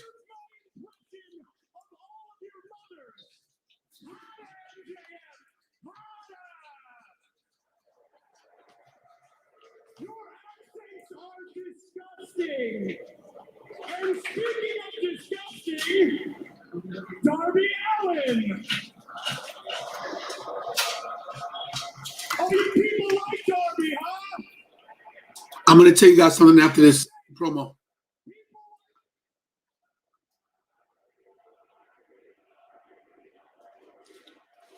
Makes sense you cheer for Darby. I love to cheer for losers, don't you? Darby Allin, cover 20. You know what? You made a mistake.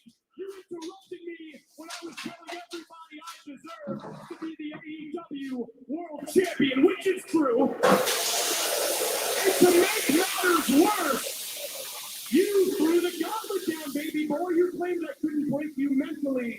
Well, that's interesting considering the fact you're too scared to show up for work now, aren't you? Uh-oh.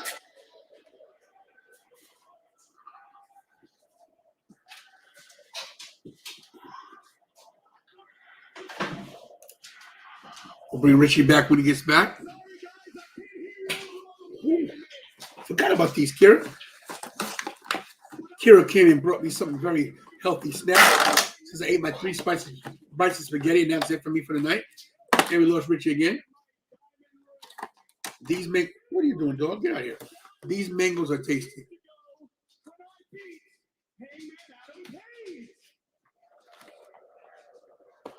The more you know. It's almost like now that dumb schmuck Darby Allin is out of my hair, there's nothing stopping me from my destiny. I don't care what happens after Full Gear. Kenny or Adam, it doesn't matter because you are looking at the future world champion because I am the past, the present, and the future. Shut your mouth! Uh-oh. Uh-oh. The icon.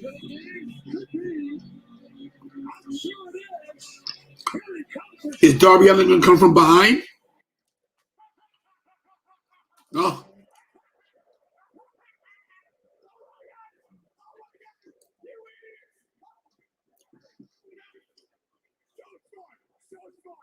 You guys are so stupid! Oh my god! Woo! Okay. Oh my god, people from Massachusetts are so dumb. All right, hold on. Okay. Listen up. Uh-oh, lights are out. Very funny, Spears. Yeah, that's not me, pal.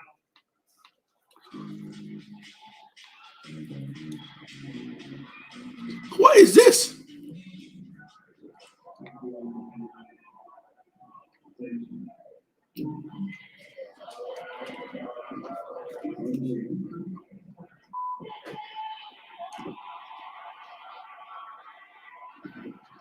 What is this?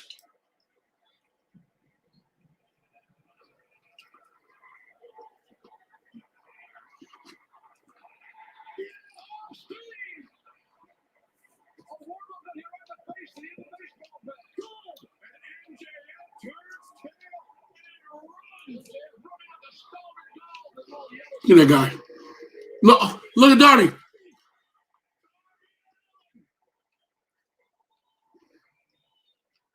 Run. Get him, Darby. Run. Get him. Darby's so little. He's over though. Crowd loves him. Oh, what's that skateboard?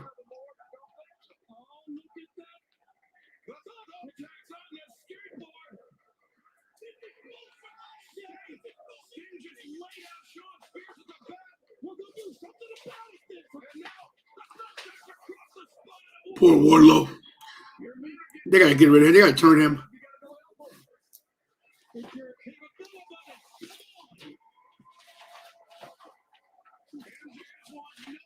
They need a third member in this little group right here.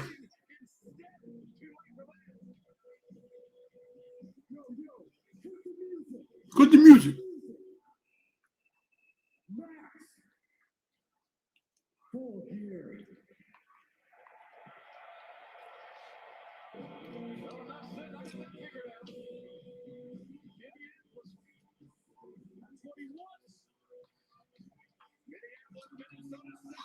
Okay.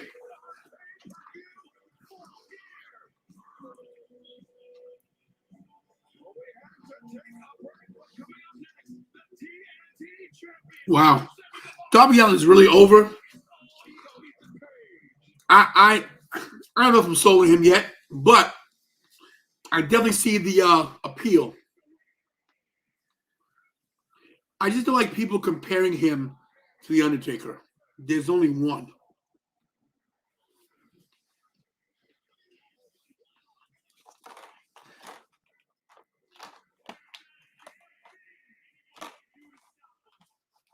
I see Richie's back, but once he's done eating his chicken, I'll put him on screen.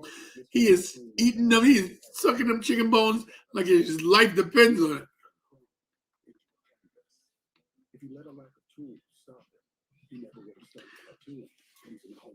Oh, thanks, Mick. Yeah, guys, I put a Facebook video up earlier about my little boy. He basically just played me like a fiddle. He played me. See if I can get up real quick for you guys. Let's see. Low monthly payments on things you need and brands you trust as you build your credit history with a Finger Hut credit account. You do you at Finger Hut. Is that what sounded good? Yeah. In just one day. So basically, Unfortunately, Mike, Mikey played me. So watch this, everybody. Hold on.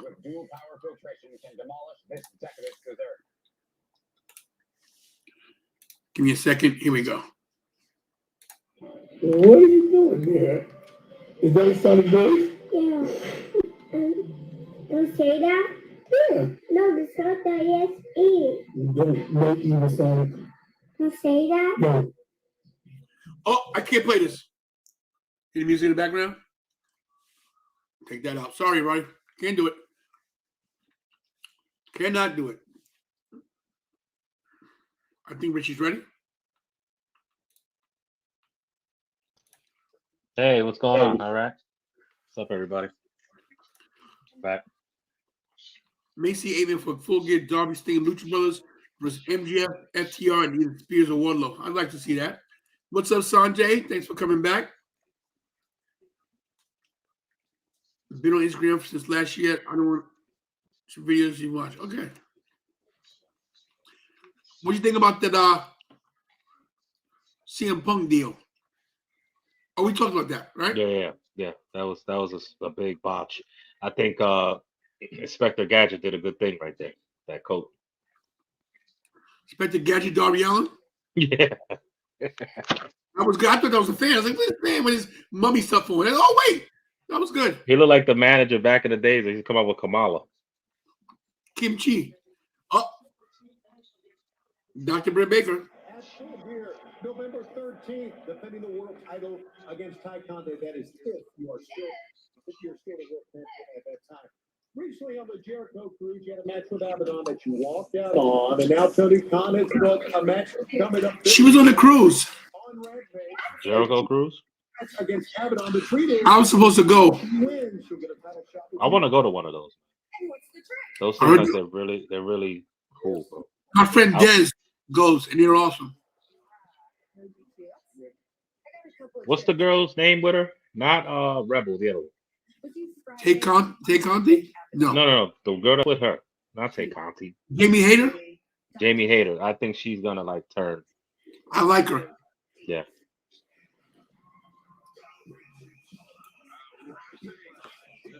Here comes the men of the year.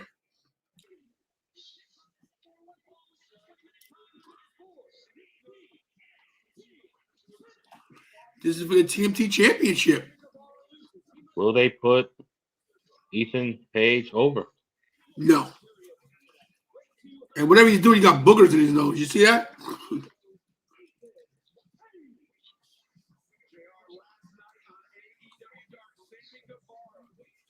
Channeling his inner Bastion Booger, I guess. Right.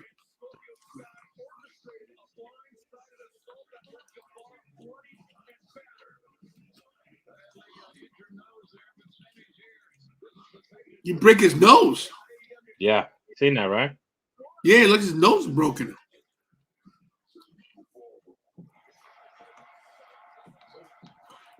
See if his face is swollen. I'm thinking about getting that title, bro. That TNT title looks okay. That thing's nice, right? Yeah. What was the one Miro had with the green back, right? I like that one. Yeah. One of my dogs is having a dream. He's like, whoop, whoop, whoop, whoop, whoop, whoop. They ever go like this? Yeah. Like they run. They run, yeah. Okay, Sammy. Guevara's such a stud in the ring. I agree. Such a talent.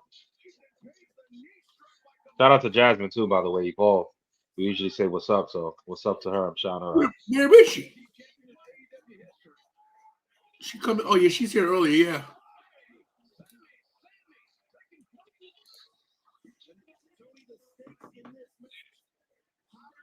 Nice.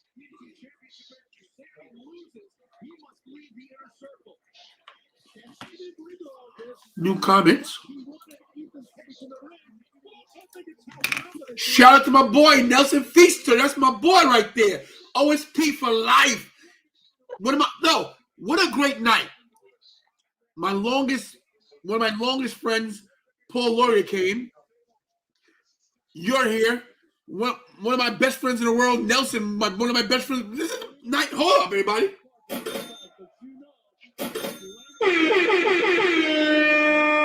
99-cent super chat from my boy. So Nelson, you haven't been here for a while, but every time anybody gives a super sticker, we sing a song.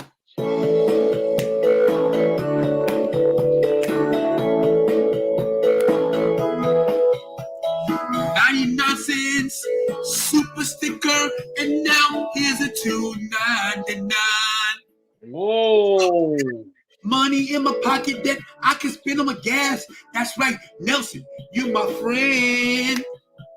Super sticker, $2.99, $2.99. I believe that's $3.98 if I do the math. 2 more cents, I got $4. I could buy me 2 Slim Jims, or maybe an English muffin with some butter, or better yet, get me a Starbucks coffee because it costs $4. Can somebody send me $3 for some breakfast sandwiches from McDonald's? I can eat that anyway. It's bad for you. Makes you go to the bathroom. But thank you so much, Nelson Feaster. $2.99. Let's take it home. $2.99 super chat from Nelson Feaster. If you thinking, hey, these guys can do this all night. Keep it coming.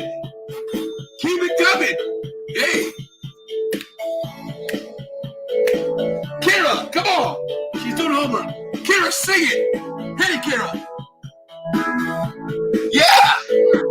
$2.99. Now, Kira. Louder, kid. Yeah.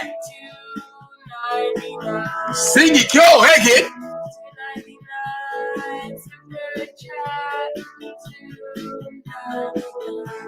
$1.99 from my boy Nelson Feast, along with the 99 super chat. Thank you so much. Don't be shy, everybody. If you wanna, support the channel like Nelson Feaster did right there, he gave me a $2.99 super sticker and a 99-cent super sticker that helps the channel. It helps me to further my endeavors. Oh my God! Here we go. He was encores. Let's go. Wait a minute. You know what? We'll I was about to break it down, bro. I was about to break it down over in the chair, you know. Oh, you got me going crazy. You come on, man. $1.99 super sticker for my boy, yeah. What you gonna do when I got my money in my pocket, yeah. Richie, do it live, yeah. $1.99 super sticker. Hey yo, thank you, Nelson, for the super sticker. Hey guys, how Nelson's doing it is how you do it to support the channel, guys. This helps me get to my goal of getting to WrestleCade, paying this rest of my fee for the sponsorship so I can get this channel to the next level. Thank you so much for the super sticker, Nelson. Appreciate you. Richie, do a Bearcat roar. No, everybody, what? I can't. This has to be better than what one yesterday. This has to be better than last night. Roar. Bearcat. That has to be out. Roar. Back to the match, everybody. Nelson. Shout out to Angel. Yeah, shout out to Angel. Fans sent me PlayStation 5. Fans sent me gifts on his vlog on YouTube. Well, hey, listen. Someday I'll get some gifts, and someday I'll give out some gifts. Those days are going to come soon, guys. I really believe by the end of 2023, we'll be at 30,000. I really believe it. I think before that. I don't know. We're just under 3,000 right now. We're where are we at? We are we're 39 away. Keep coming, y'all. Subscribe.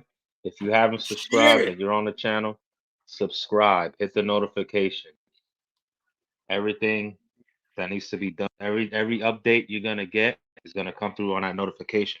Again, we are gonna have matches on this channel from live events, certain places that you're not gonna see on TV. True story. Subscribe, hit the notification. You will get to see those matches. I know there's gonna be some crazy moments at MSG on the holiday tour. The way this is going, by the time it gets there, I believe storylines will unravel, and I think there'll be a lot of big stars, big names in the garden when we go to the holiday tour Survivor Series as well. Not to mention, I have one copyright strike that comes off my record on Friday. So in 2 days, I have no strikes against me. So that means I can play a little bit with maybe getting some content up to get away with some stuff. So keep tuned. Hit that notification button. You might get a main event match you would never see anywhere else. You won't get it if you don't hit the notification button. That's right. So right now we got picture-in-picture on AEW Dynamite. Sammy Guevara going against Ethan Page. And actually a good match. Ethan Page has the upper hand on Sammy Guevara. I'm pretty sure that's going to change. And once again, Nelson, thank you for the super stickers. I appreciate that. To no end. Just for the record, after Nelson gives me super stickers, he calls me. He says, "Yo, cash out me $10." I'm like, "What?" I'm just joking.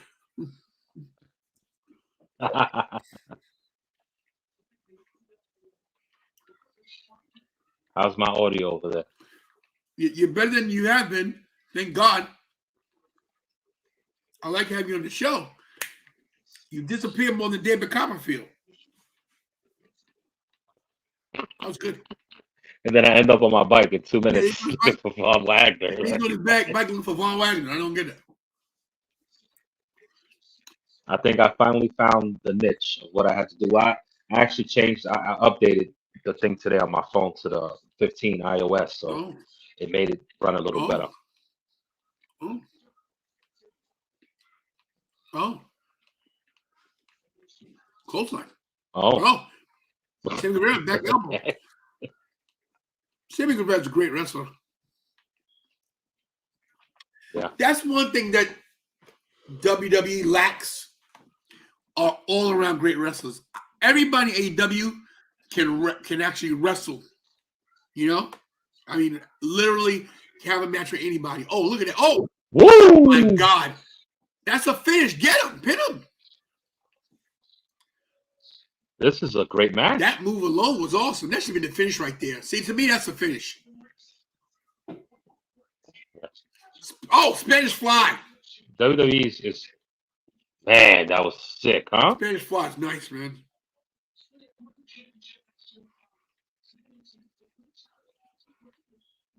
Man, they're both great.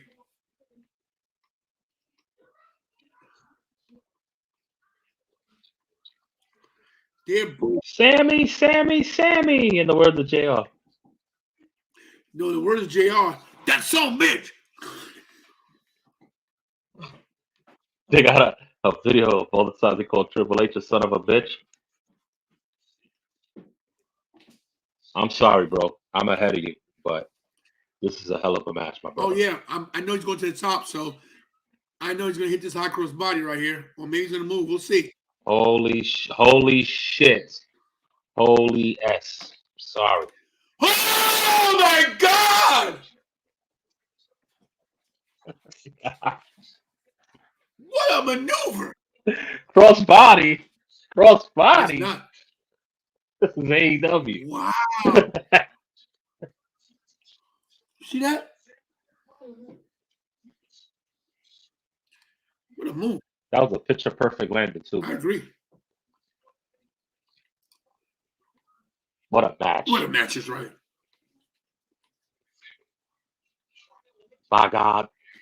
By God! By God!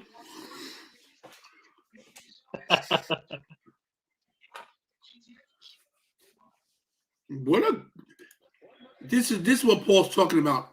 How you can actually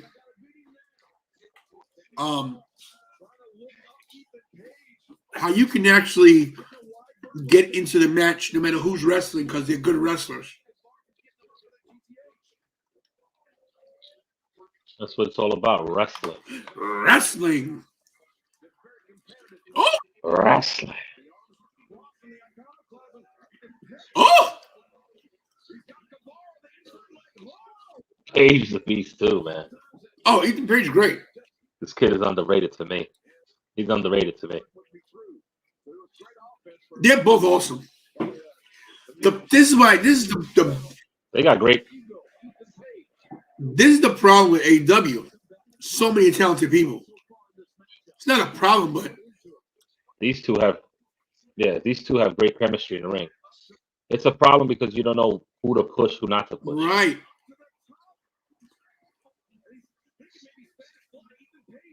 That's not a bad problem to have. though. What is this? My God. My God. Good God. Oh! Turns him inside out twice. 1, 2, new champion. Wow. True story on hell. They don't have Von Wagner. Von Wagner is the best. Once again, Von Wagner will get the title off champ. maybe. Once again, shout out to the old school pimps, OSP for life, the clan that's been together 20 years, coming up November, our 20th anniversary. Nelson Feaster, Pat McVeigh, Brent Tholomew, Josh Beal, also Big Lou. Yeah. Razor's Edge? Outside the Edge? Oh, my God. Laid on his shoulder. Broke his damn neck. Should we start press missed? 1, 2. With a wrestling move.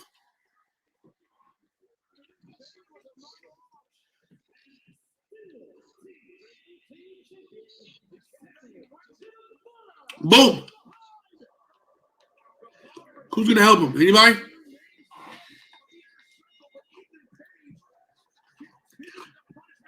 Scorpio Scott's coming probably. Yep, there's Scorpio, who's so underrated in my estimation. The guy deserves a title. Who's going to help him? Jericho? No. Or is Jericho still on the cruise? I was right. Those, there they come. Jericho's way in the back. He's 50 years old. We expect.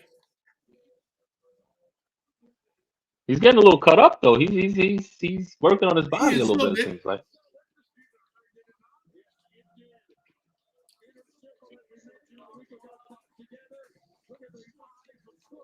Oh, shout out to NYWC, Tony Nese. Yes.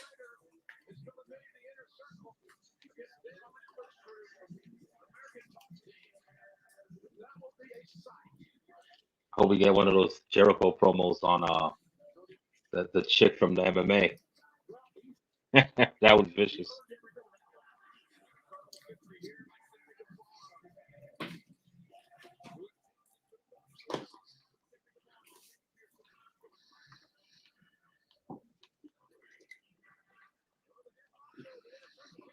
This is great for Scorpio Sky and Ethan Page, though, honestly. Yeah.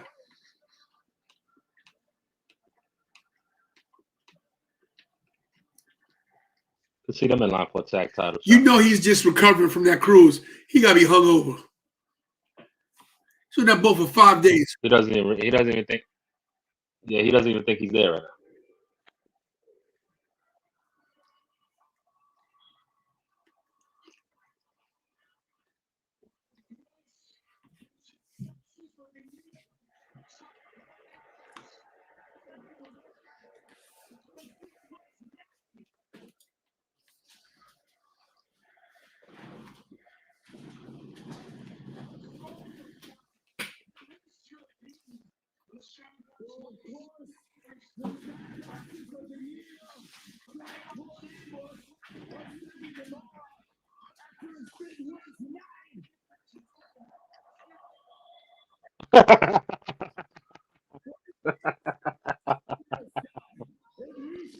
I'm sorry, bro. I respect that. But Ethan Page, let's be honest. The last thing you do of any prominence is yourself in your hotel room last night.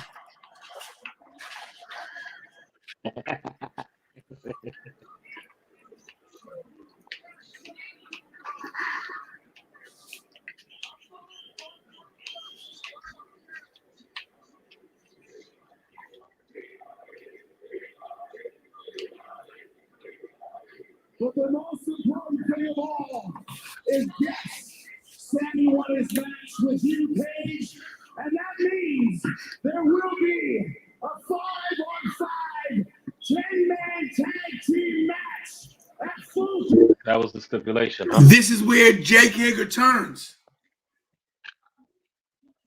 At Full Gear? Yep.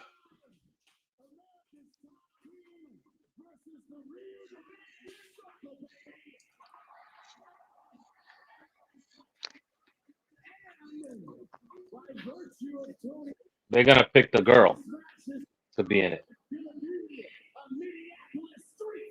Oh, they're gonna pick what's the manager? That dude, yeah. I forgot his name.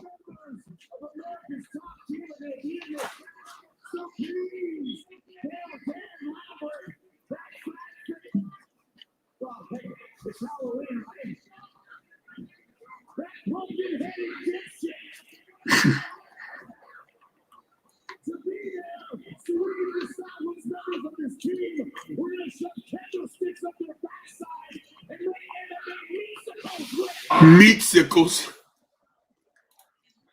Me too, Steven. That's the perfect scenario. Yep.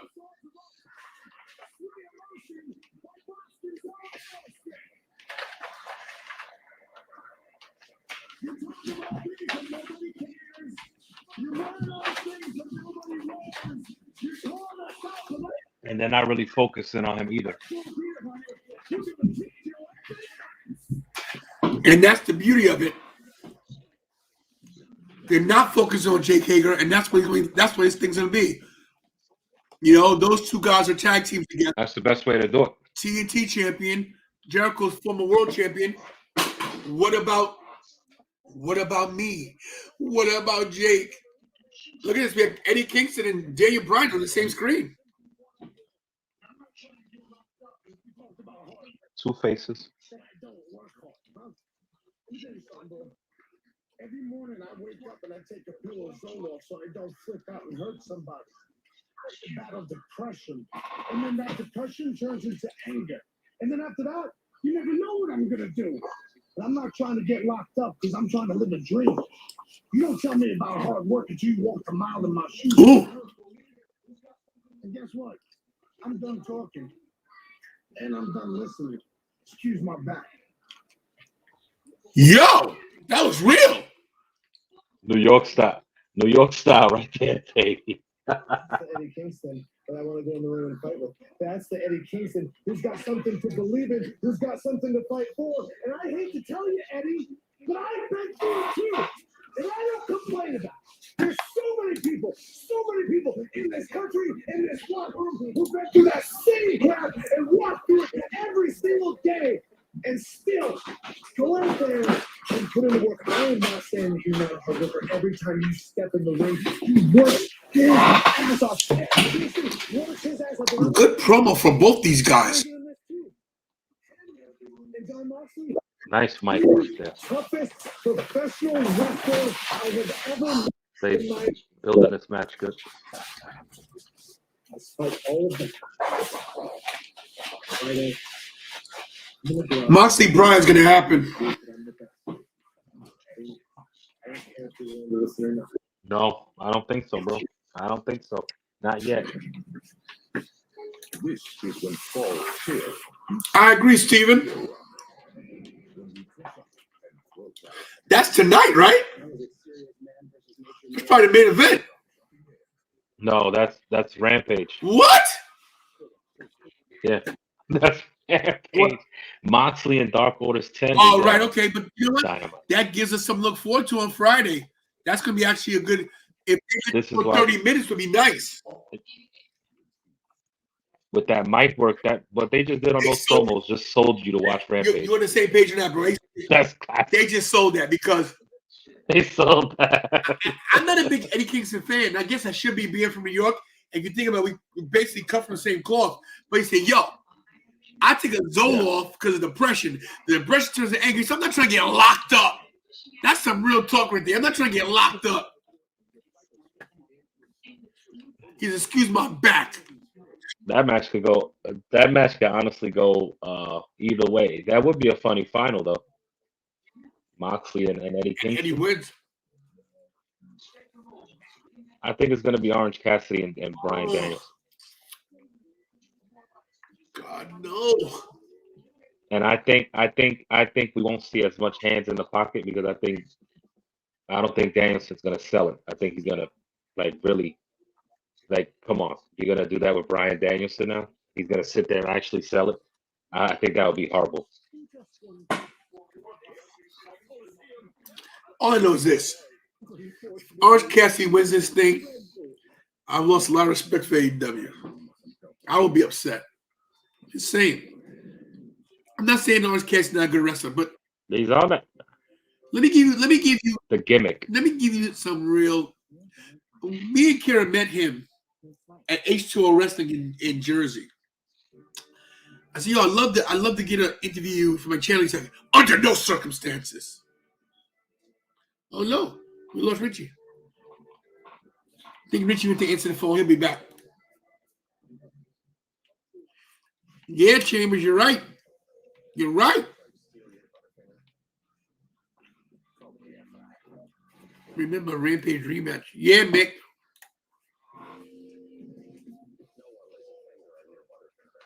This ain't the show, but I will get my last.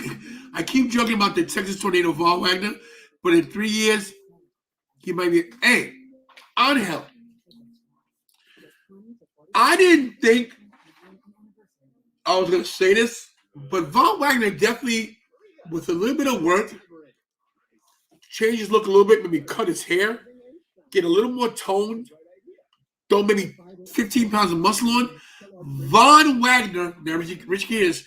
Von Wagner could be WWE champion one day. I said it.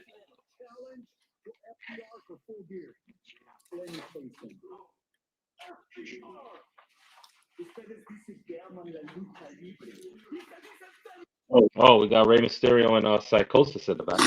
Tag champion. Tell me this dude don't look like Rey Mysterio, bro. With the mask, he could pass for a young Rey. He does. Those AEW tag team titles are beautiful. They are beautiful. Yeah, man. I might have to put an order in for one of those. Yeah, we might have to do it at the same time. So you have one, I have one.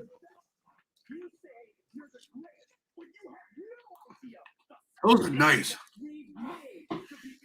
I think their manager's gonna turn on them, bro. And go on who? FTR? No. I don't know. Not with that. Not with FTR right now, but down the line. Oh, they're gonna join Andrade.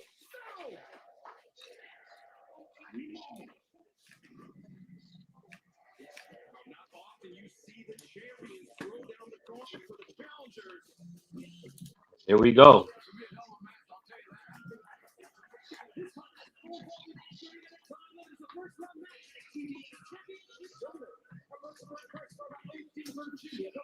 Serena Deeb is definitely in. It's got to be at least 39 years old, 40 years old. Serena? Yeah. She's got to be like late 30s. I'm going to check her for you in a second. She's a great worker, though, man. Damn.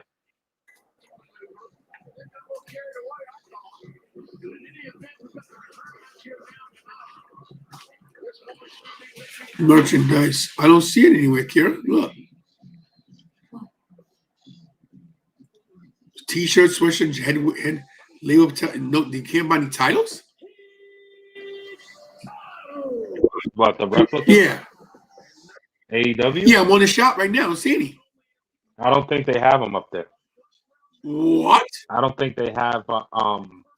People get them from different places. How are they not selling their own titles? I don't think they have a base. Man, I think these are all people get them from other places. You know that place I sent you the link for? Yeah. That place does the TNT championships. Serena D's 35. Oh, yeah, 35. Angel. Oh, Angel. Shout out to Angel. Angel with the 99-cent super chat. Thank you, my brother. You get this quick song.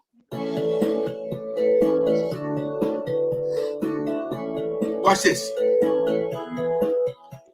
Serena Deeb is down. She is on top of her. Aubrey is the referee. There's a drop kick. Deeb is down. She's in the corner getting her butt beat. The kicks to the face. She's stomping the lights out. And now she drags her to the corner. She works on the knee. She does it again. Serena Deeb is vicious, you see. Look at the referee. She is counting the 3. I do not like Aubrey. That rhymed, everybody. Ha ha. Thank you so much for the super chat, Angel. Listen, buy me a candy bar is right. Shoot. If you add 99 cents and $9.99, that's some money right there. I got about $8 tonight. I'm looking at Sheeta, man, and I don't know if I'm losing my mind, but when I first started watching AEW, I seen Sheeta, and I look at her now. She definitely put on a couple of pounds. She was way more frail than that. Well, thank God, because we need some thicker women in AEW. I don't like the slim ones. Angel, thank you for the 99 super chat, but more than that, thank you for always coming supporting the channel, bro. Love you, my brother. Thank you so much. One love, Angel. We'll see you Friday for SmackDown and AEW. Peace, my brother. Thank you, Angel. Awesome guy. I said it earlier. I like Deeb in this match, my brother. We'll see. Picture in picture. And Deeb just misses. Serena Deeb looks way different with hair. Yeah, right. When you see her with the ball, you can like her face is close to the face. But Not to mention she was heavier back then too. So. Oh yeah, she was. She was chunkier in the face and everything. My God, we got some Dunkin' Donuts. Some donuts sitting here, and I can't even indulge. I gotta stay away. Dried mango, tasty. That's what I see. I got one the other day. No, like a week ago. I bought 2 bags of them, and I said, "All right, here we go." And I opened the bag, and I said, "No, this isn't it." I tasted it. I said, "Oh no, this is definitely not it." It was like some real frozen, dried, crispy. Like I said, no. And it really wasn't that bad. It didn't have no sugar. No, it was literally just a fruit. The slices are the ones you get, right? Yes. Yeah. Okay. Tasty, my friend. I can't leave them around. Should be You know, we'll eat the whole thing. I bought one day. Yeah. I came to the house to get them. There was only 3 in the bottle. 3. I'm like, but I'm smart because I bought a backup and kept in the car. Aha! Smart. Gotcha, Kira. You're on candy camera. She's too young for that. She's too young. She has no idea what you're talking about. What she did? What's she? Wait a minute. What was that? She that's Kara. She took it.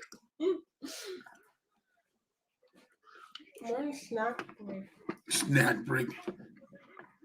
That should pay for the rest of the year. That's Christmas. Yep. Exactly.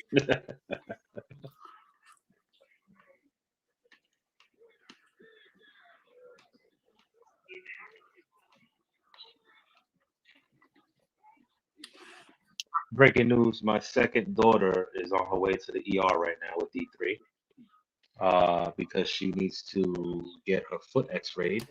She might have a broken pinky toe. But this has been going on for like 3 weeks and she hasn't wanted to go. But she's going now. She says she can't handle the pain, and her excuse is, real quick before we get back to the match, we're going to Halloween Horror, Donny Park. So she said, Mom, she said, hold out till we go to Donny Park. You know what I mean? She says, no, Mom. If I get a cast, then I'll get a free fast pass. Not to mention, go wheel her in and go straight to the front. All of you guys. You can do that. Yeah. Kara, break your arm. We're going to Disney World.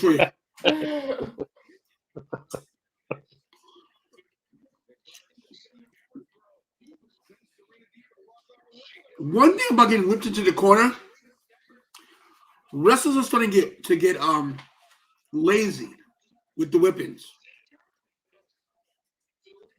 Weak. Well, she whipped her from the corner and she ran the entire way. You gotta shoot her off in the middle.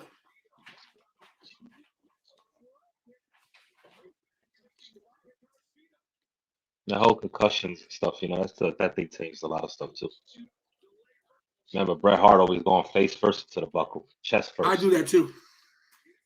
You'll see it in my match. What am I? That's a great sell. Oh, you wait till you see that bump I take. I do it great. I'll be there.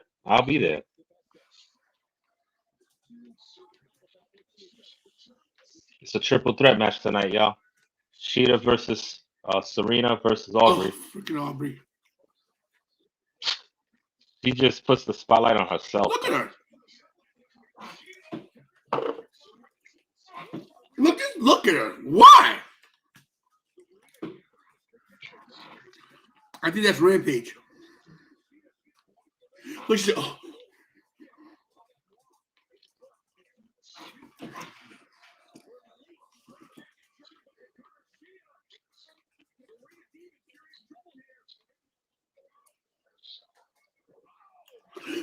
Aubrey's not a bad-looking girl. She's just annoying to be a referee. Mr. Me Too, what's up, baby? Mr. Me Too says, what's up to me and Richie? What's up? It's over. Oh, I said, what's up, Mr. Me Too? Shout out. Oh. Shout out to you. Another constant supporter right there. Yeah, Mr. Michu, Gloria's here.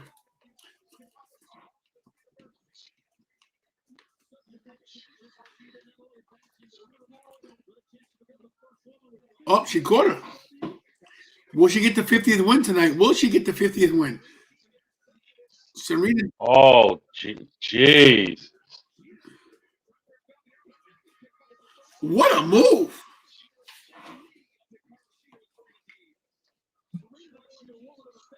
Whoa. Are they trying to top Io Shirai with a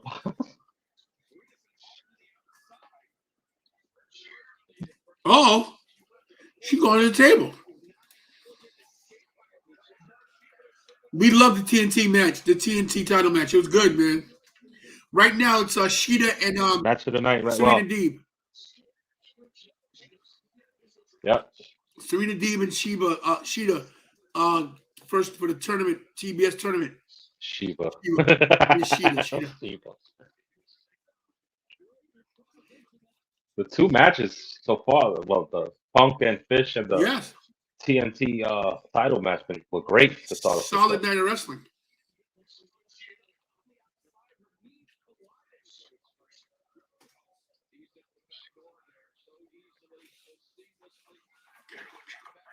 Deeb is just a gritty, just a brawler. She's just a brawler type. You know what I mean? Yeah, but that's why her clothes don't fit her style. That pink makes her look too feminine. To me, she's a tomboy. Oh, look at this, figure four. It's a Bret Hart move. Should she have black on? She should have black denim on? Yeah, or just like black Nikki Cross. with some skulls or something like that.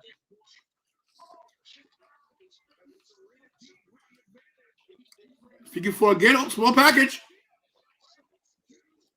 Excuse me, inside cradle. Yes, sir, Steven. Good freaking point. TBS tournament is better than Queen's tournament. You're right. Hell yeah. They better take some tips on this. Single leg crab. It's over. It's over, bro. It's over. I'm telling you, it's over. Is she gonna tap? It's over. She's gonna tap. It's over, bro. Deeb got her number, bro. Deeb's got her number. Come on, Hikaru, make it to the rope. Oh, she made it.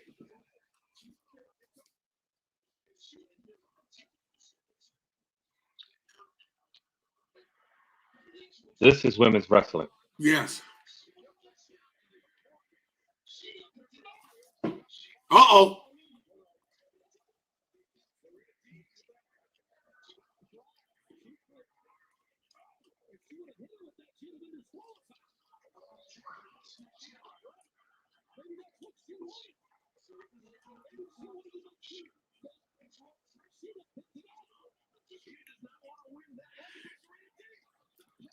This is awesome, bro. Oh, she kicked out.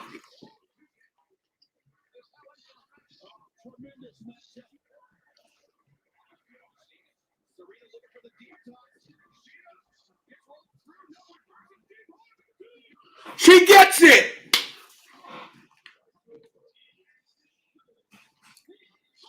Good match. What a hell of a match. WWE, Whoa. take notes. That's how all the matches in the Queen's Crown should have been.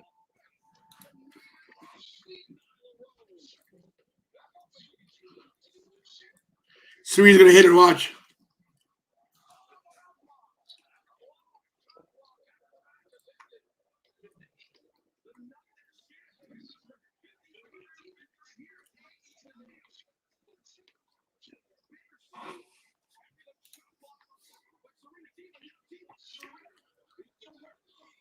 She literally does have 1,000 holds. She does holds everywhere.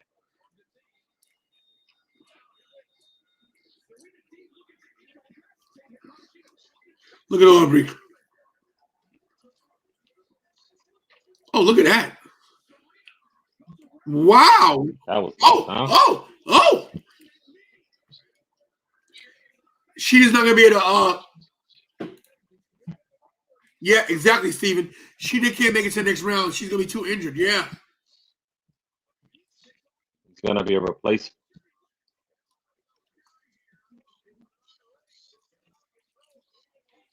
Jerry Lynn, everybody.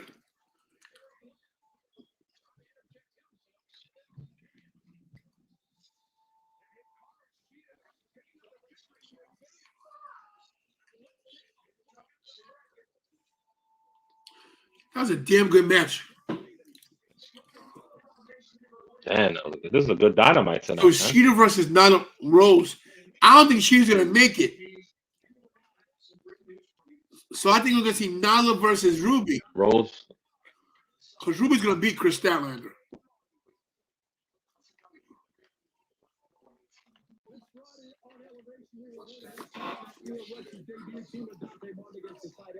But an injury to Mike Seidel means we will now have some great news for you fans. The third match between Dante Martin and Matt Seidel. The first two have been a classic. You know, Tony, we're all about timing. Clearly, it wasn't the right time for Mike Seidel, which doesn't surprise me. I should have assumed it. Here comes the retired Leo Rush, huh? Yeah, Steven. Statlander Soul is gonna be a good match. Robert, so Destination Hollywood. Robert, so Destination Hollywood. Robert, so Robert, so Robert, so.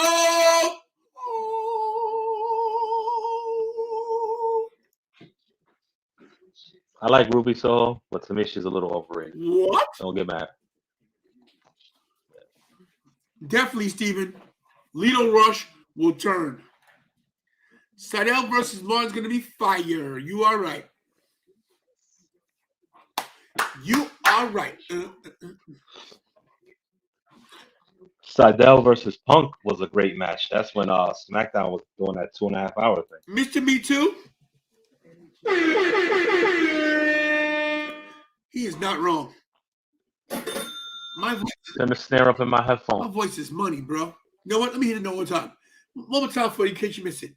Destination Hollywood. Robert, Soho. Robert.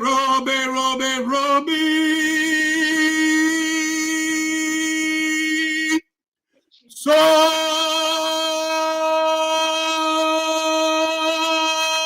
Hit that note. You better hit that note. You better hit that note.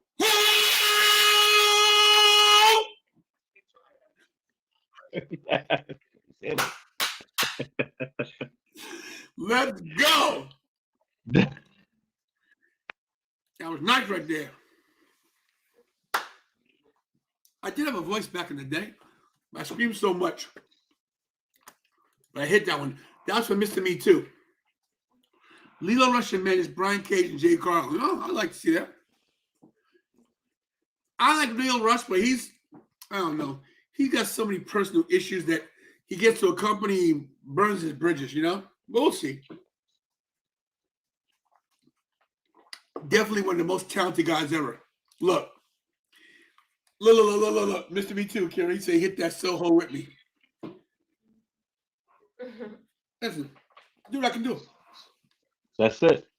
Every time Ruby comes out, man, you have to do that. You know, I'm feeling it. I might want to go for it one more time.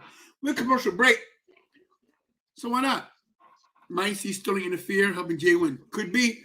I like Sterling. Let's see if I can dig it deep for more. One more time.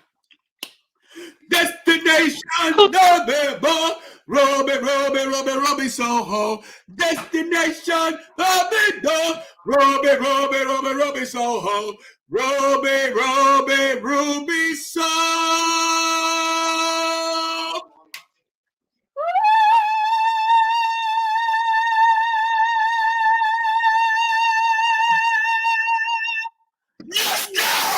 Let's go! Kira Mania! Kira Mania. Did you hear that? Did you hear that note? Wow. Amazing, bro. Listen. See how This is the next stage of Milli Vanilli I here. reeled you in and said, wow. That was good. She said, oh, was it, what was it?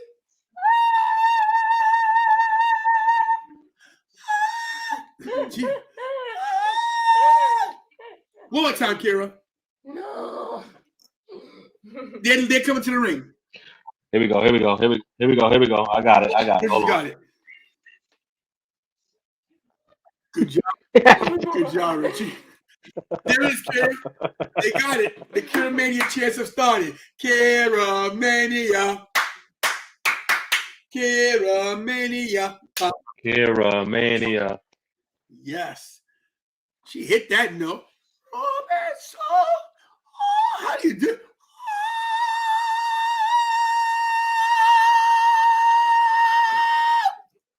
Almost. I think I popped something like larynx. Okay, so I got a shirt at concessions on the holiday tour with you, a bet right now. Ooh. For a shirt at concessions. I have Dark Orders 10 in this one. Huh? I'm picking number 10, Dark Orders 10 to beat Moxley for a shirt. You're crazy. At the Garden. She's back. Hey, Jasmine. I'm back. She's back. Back in the New York groove. She's back. Back in the New York. Oh, John Moxley, you beating up number 10, and you are so wrong. I can't wait till you buy my white Bloodline shirt, bro, because John Moxley's going to stomp a mud on him and walk it dry. I agree. What's up? We bloodlining it to the Garden or what? Hell yeah, we bloodline it to the Garden. You got to realize, you know, Richie, I was thinking about this, you know. I know you want that blue title. You really want the blue one, don't you? You really do. What, the Universal. The Universal? Yeah, hell yeah. I know you do. Make me an offer that I can't refuse. I'm making them. This is what I'm going to do for you, see?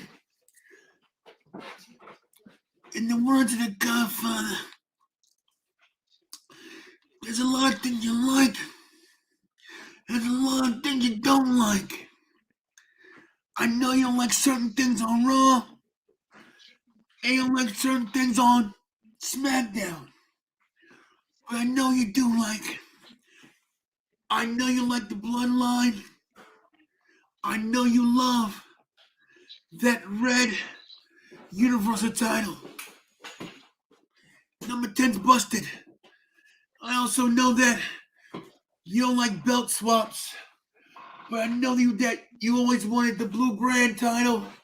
And if you want to one day maybe go to the Holiday Tour and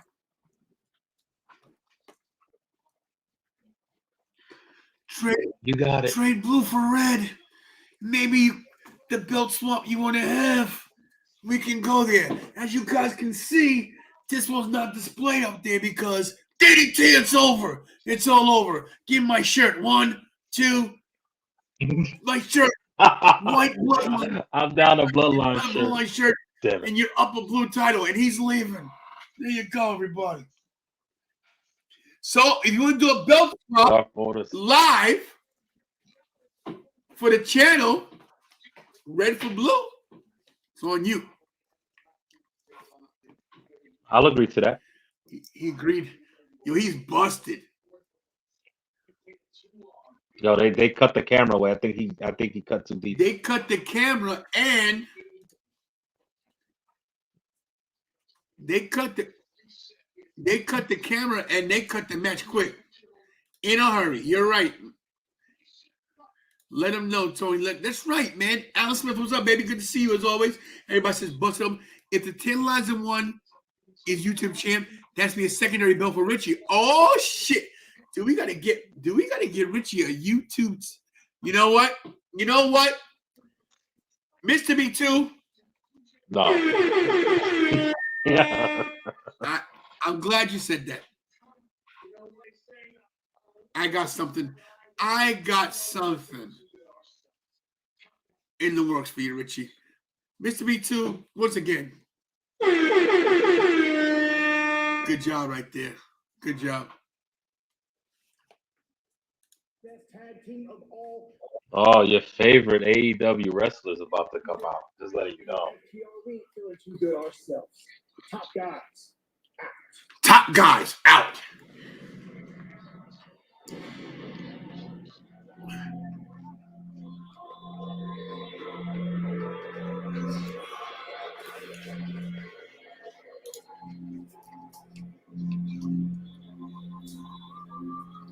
It's me too, yes, sir.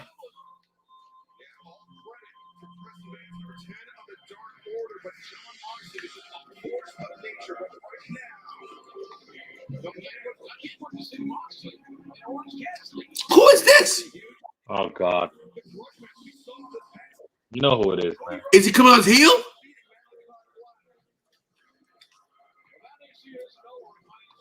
The Triple H of AEW. Yep.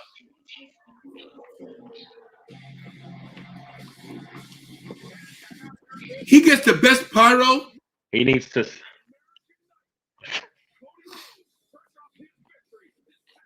He needs to just whoop Arn Anderson's ass and just turn heel tonight. Get the Glock. Get your Glocks, guys. Because his.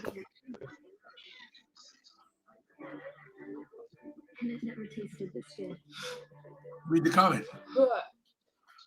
Oh, yes, I'm doing homework. You can't see that. I'm doing homework. Copyright. Copyright Google Docs. Look what Alex said. That guy used to be Stardust. How's do it? How's do it? He used to be like this.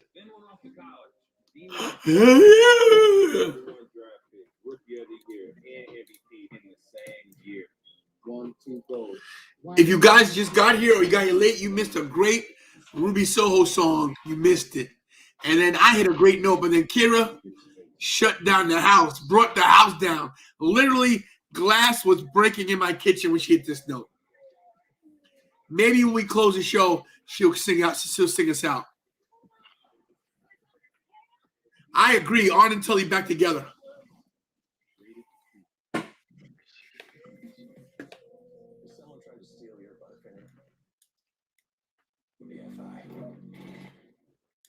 Cody's gonna talk, huh? Hopefully, he turn. You know, we're gonna see Malachi Black. Hopefully. Gotta play peekaboo. Yeah, Cody's a heel is awesome. Oh, funny.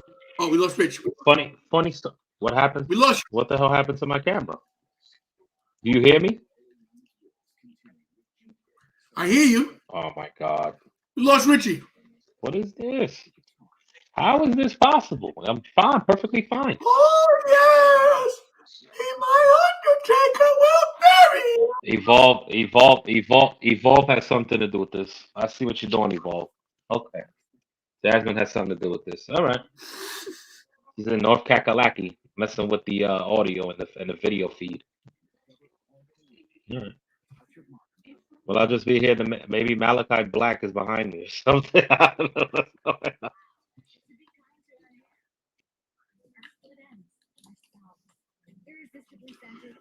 She ain't leaving, bro. They're not releasing her. Her contract's not up till 2023. There's no way they'll let her go to AEW.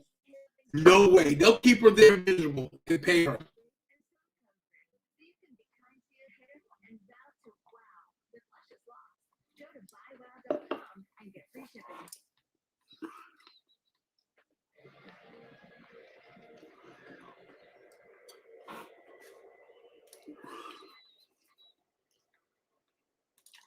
It's real. She's unhappy. She wants to be with Andrade. They're booing Cody. I hear you.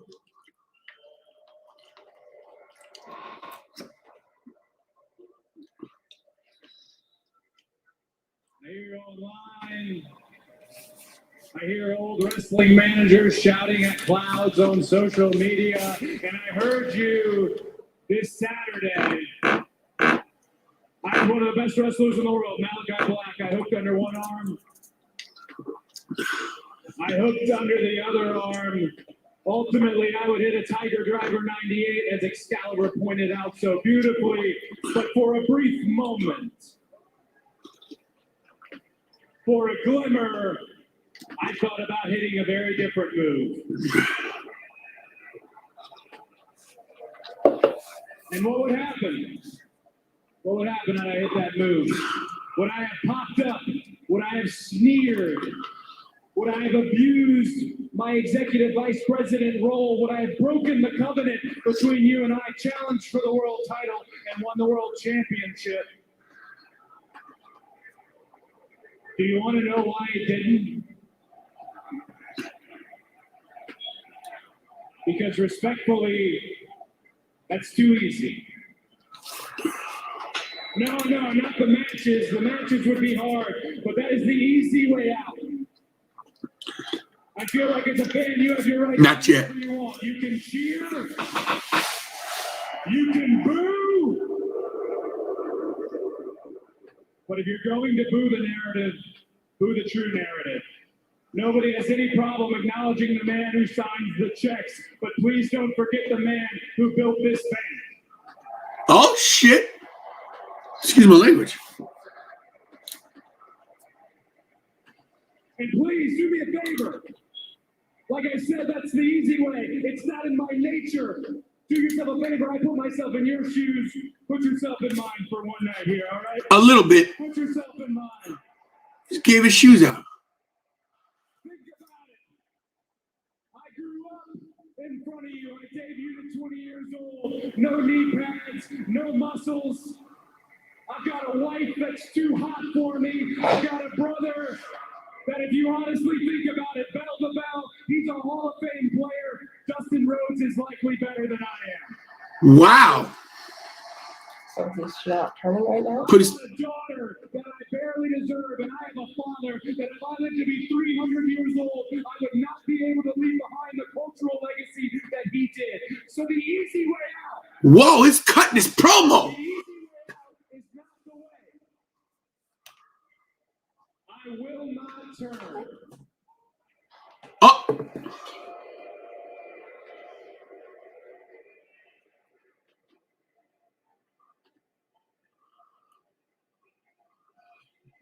And the reason is because simple, and I don't mean to pander, but I love you guys very much, and I've loved you my entire life.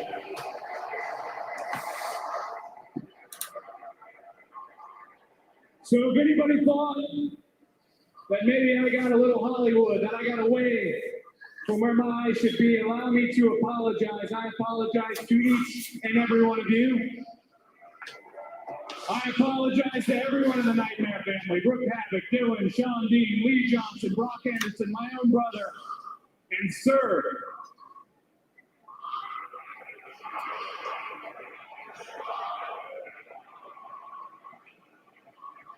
If I've never told you, allow me to tell you right now. It is a damn honor to stand in the ring with you.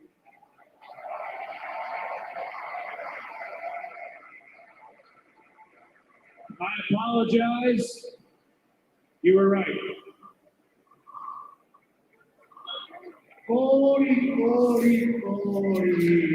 Uh-oh.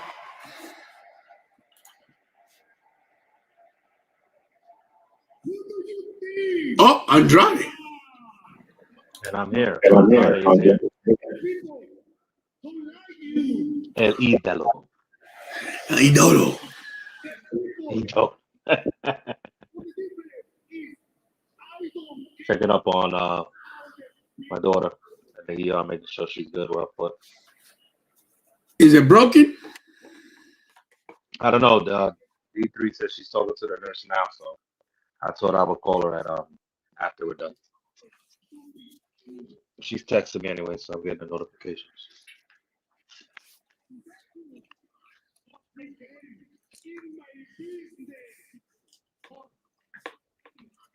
Yeah, he's gonna end up turning.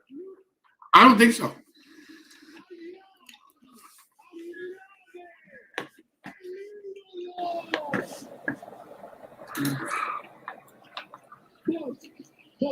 I like this little what they teased last week with him and Malachi. The tag team, Yeah, that's nice. I like that. they're both for products of Selena Vega. La Lina Vega. Tommy End, baby. Wait a minute.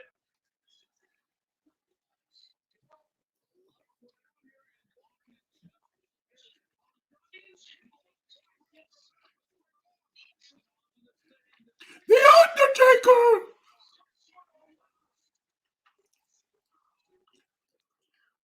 Where's Dustin? Where's his brother?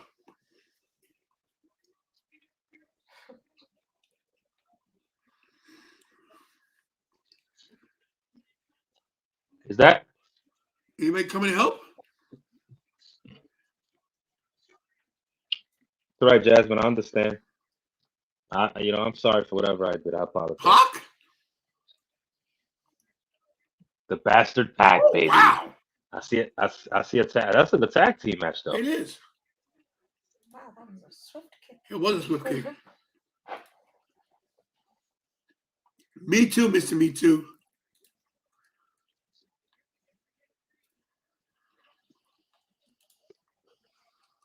Oh, here we go. He's going to fly. He's going to fly. Oh.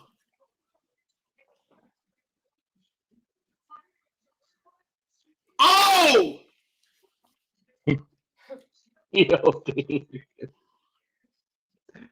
They're selling this. They're pissed. I love it. Oh, Kingston and Danielson next. Not today. They should have ended the show. Friday. When is it over 10? They should have ended the show. Friday, Kingston Daniels. What a match is going to be on Friday, everybody. Friday, Seidel versus Dante Martin. That's going to be a good match, too. High flying. Match.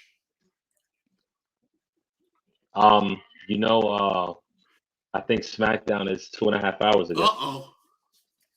They're on FS1 again. Hayter versus Anna Jay. Wow. Cassidy versus Moxley on Wednesday. Oh, that's going to be good.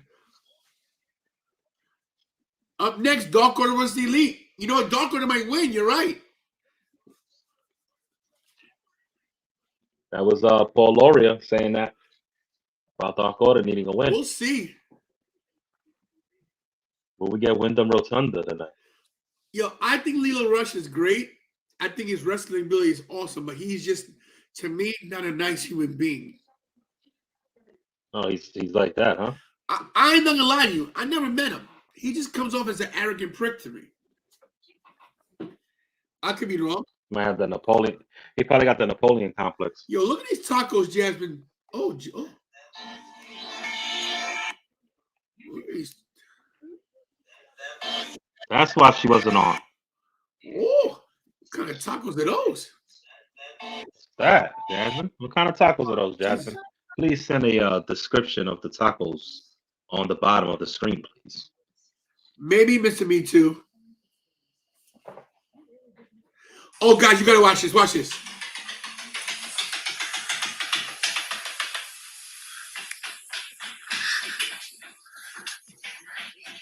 Is that Mike? Watch. What? Watch. He's Sonic.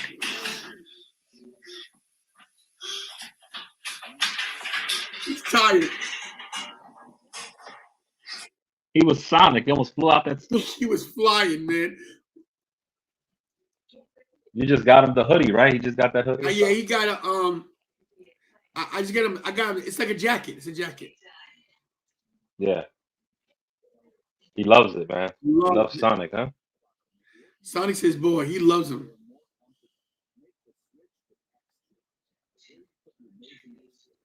Oh, wait till you guys see this one. I know it's on the phone and everything, but this thing's hilarious.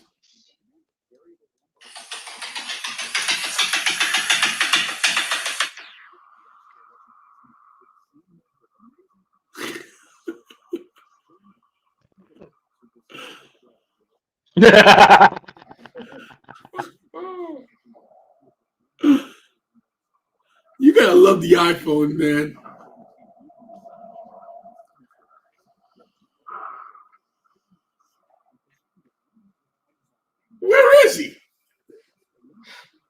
He's coming out on slow-mo. Here he comes. Here he comes. There, I think he's coming right now. This is some real slow-mo. There he is. There he is. There he is. Look at this guy. This guy is hilarious. You know, see, he disappeared. He disappeared. Look, he comes back.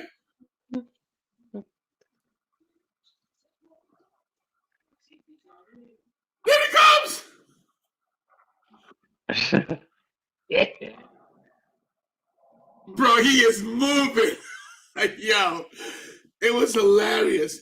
So then I told him to say, I said, yo, I said to him, I said, do it. I said, run fast you can. So look what he does. Is he walking? He's walking in slow-mo. I'm like, no, run. It's crazy. He goes, Sonic does this. And that's what he does. He puts his finger up like crazy.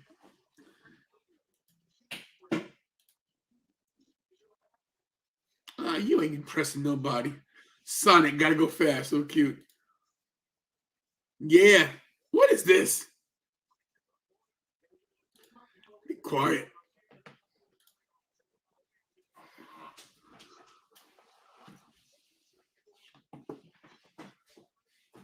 Oh, they're doing the Halloween. Okay.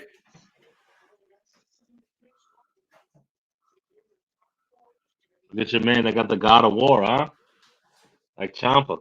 Oh, wow.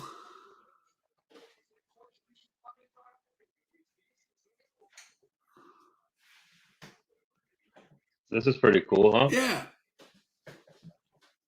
This is when it's all right. Now when you have the whole show based on stupid Halloween parties and stuff, you know what I mean? Right.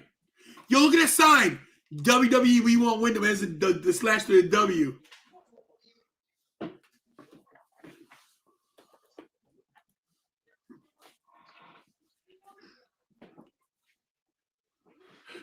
Here comes the Elite.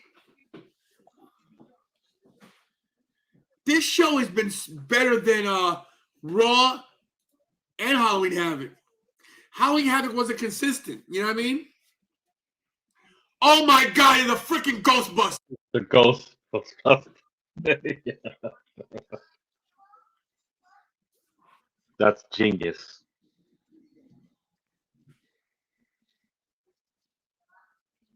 Oh my God.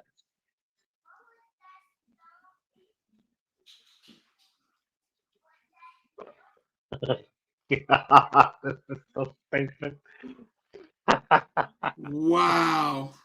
Do you see this, bro? That's hilarious. Oh my God. Look at what the Wait, what's suit behind says. them? Like, I thought it was the Stay Puft Marshmallow. What the heck? it says baby. Wow. Oh, this is hilarious, bro.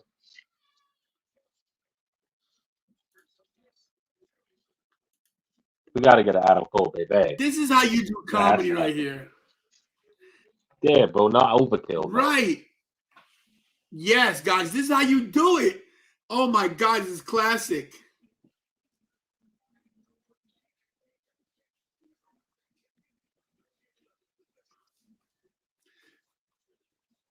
This is hilarious. How do you not cheer for these guys?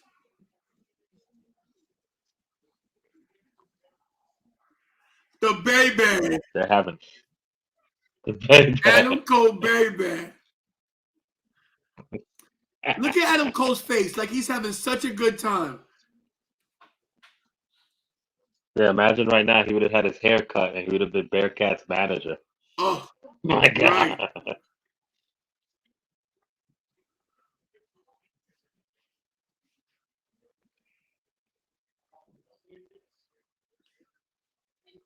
You got Bambi in the ring. Are they gonna wrestle these jumpsuits? No way. I think they are.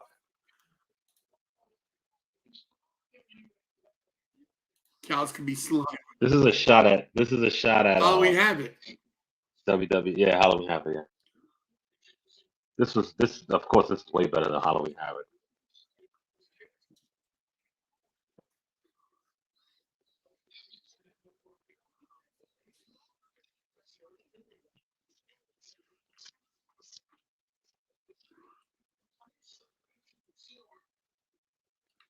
Boom, boom.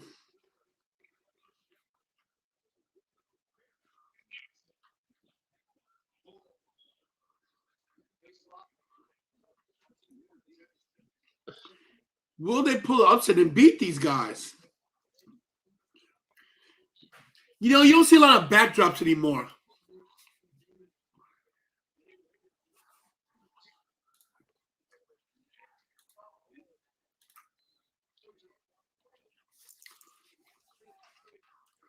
Yeah, because Rampage is the Friday before Halloween. Yeah.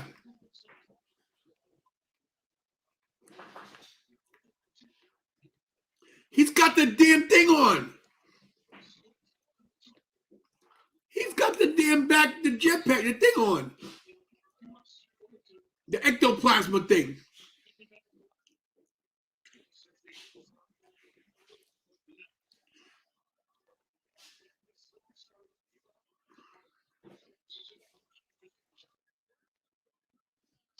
The proton pack, yeah.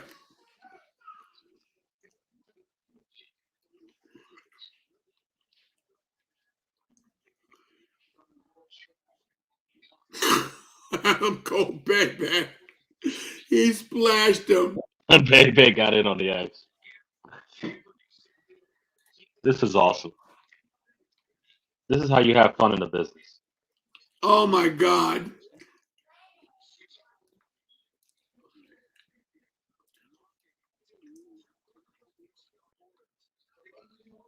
They're having so much fun, which is cool.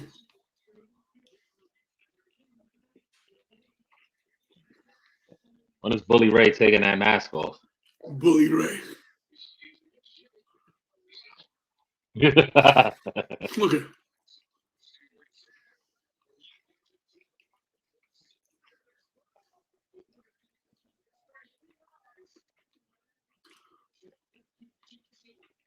This is a good match.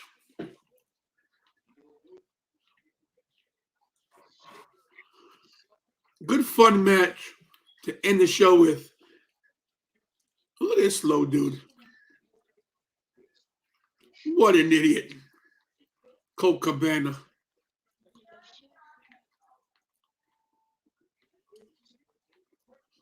This actually ended up working though. Look at these guys. Uh-oh.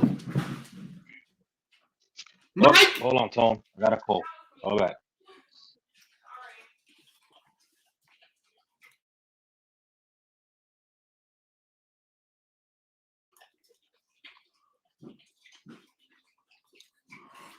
We got picture in picture.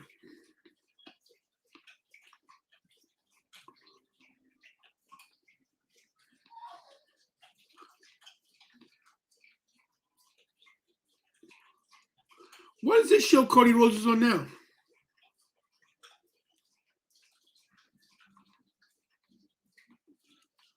Go Big Show. Okay.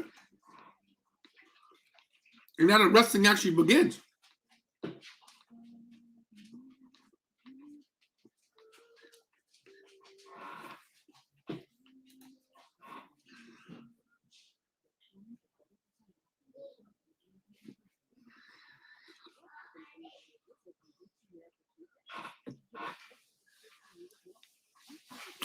We see Young Bucks have to get the title back anytime soon. Oh, we lost Richie.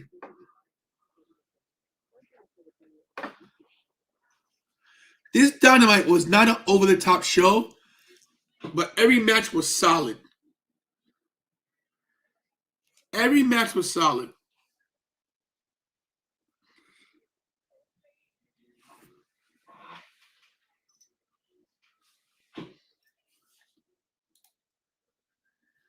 Right, I forgot about that show.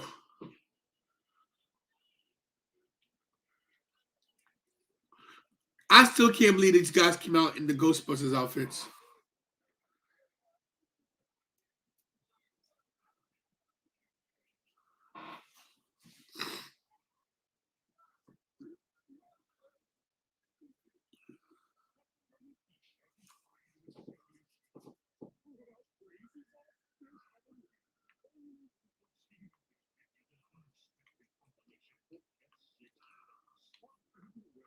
Oh, wow.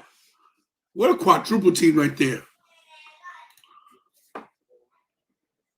Yeah. This is a super kick show. Oh, here we go.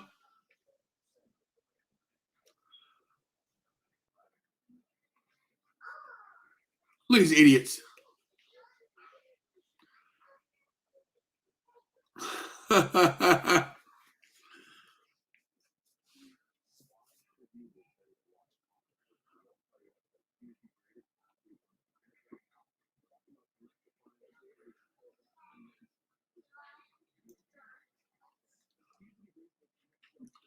This match is going so much in the favor of the Elite that Dark Order might actually win this.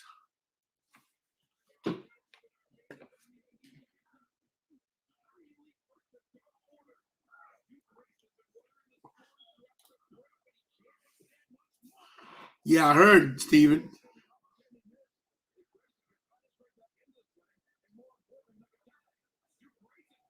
What was that?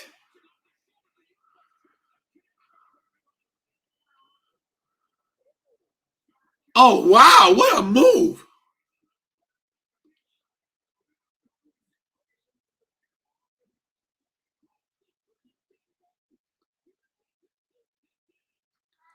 Colt Cabana. Okay, Colt.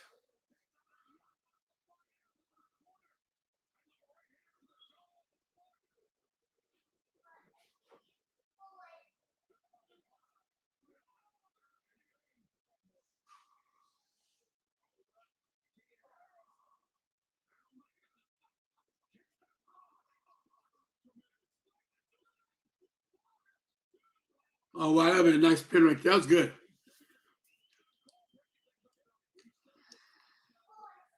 Colt Cabana, man, is a good wrestler. Uh-oh. He's going to miss. Oh, he hit it. All right. Oh, super kick to the jaw.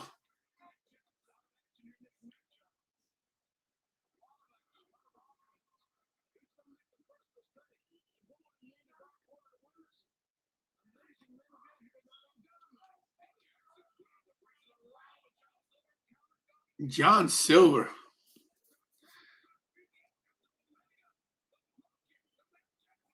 Takes up the baby. The baby. What? Look at these pump kicks. Whoa. Release German. Wow. So far, so good with the news for the hospital, guys. Good. We might not be getting that fast, but hey, No it is fast. Boy, it double quadruple team here. Look at What about the baby? Oh my God, triple. It's over. He This is a hell of a saves match, it. man.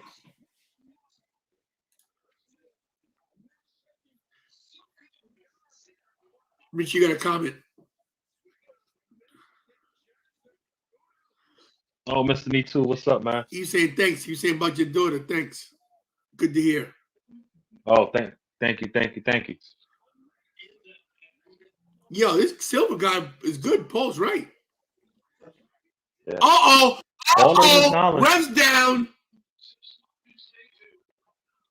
Did you hear Shivani with the call? God. Uh-oh. Whoa, I don't think I've ever seen that.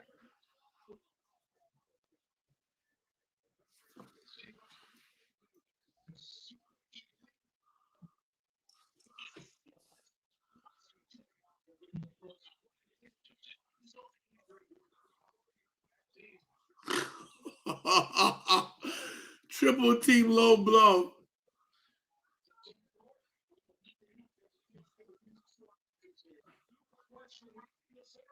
What are they doing with the proton packs?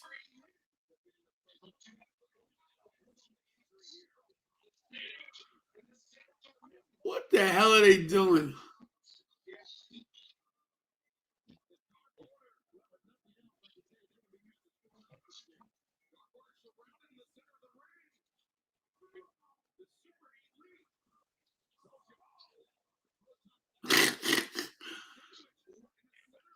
Oh wow! Good God. Look at Staple trying to wake up the quadruple power bomb. Oh my God! Oh, it's broken. By God! By God! By God! I've broken my half. By God! Is Tape Puff going up? Who's in the Why he got the damn helmet on? Is Adam Page the freaking Stay Puff guy? I think so.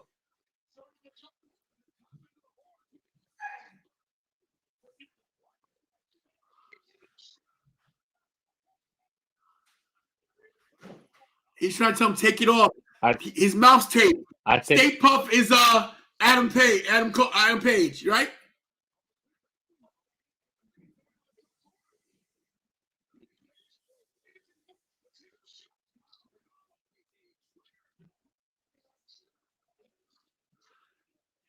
It's one of their guys. Watch.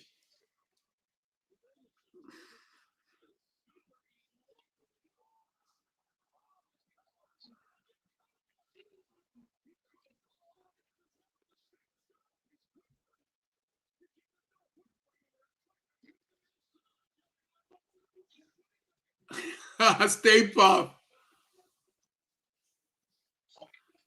Let's go.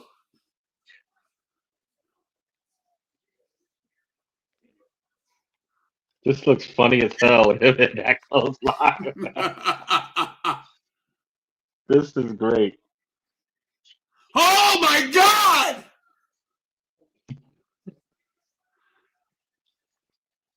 Oh shoot!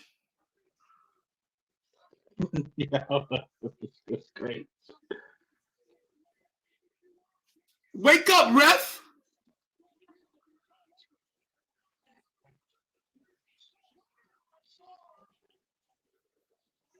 What? Oh my God! Lauria called it! And we all called it! We all called it. That was cowboy shit.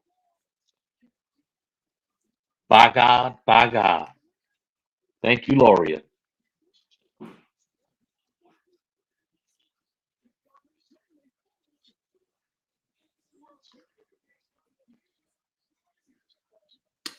I'm just seeing these texts.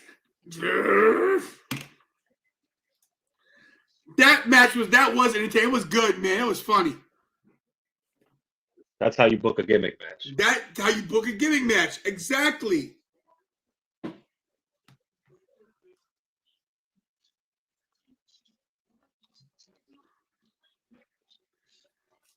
My thing's frozen. What happened here?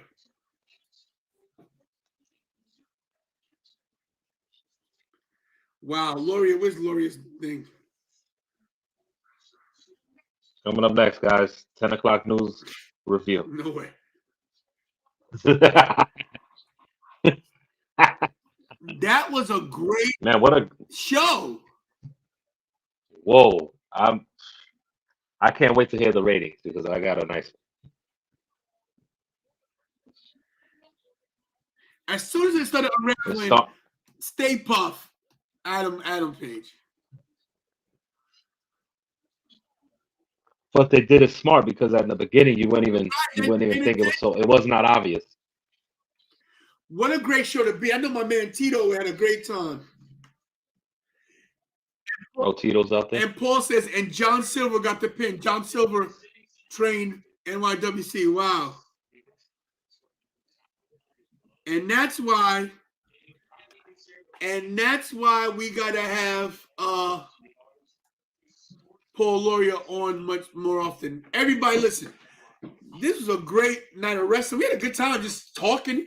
It was a different kind of a wrestling night. We had some fun on the air, right? Some singing.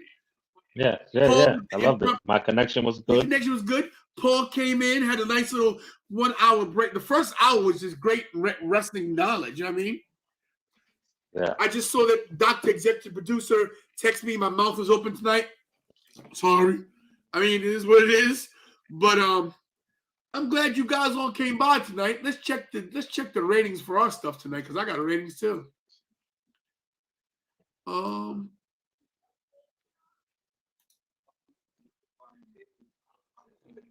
Okay, 200 views just about. Almost at 200. I ain't mad at that. It'll go up. We're officially 39 away. 39 away from the number 3,000. Couple days, we'll have it. Nick Thompson gives it a 10. Of course, do our ratings at the end. Let me see. Opening, CM Punk. And the women were good. Serena Demon. I want to give AEW Dynamite a 9 out of 10. I think it was a great show. And the last match, very, very entertaining, but still good wrestling. So I'll give it a 9 out of 10. I'm going with a 10, a solid 10. Because even the MJF segment was great. How they booked that. Yeah. Mr. B2 did a little throwback.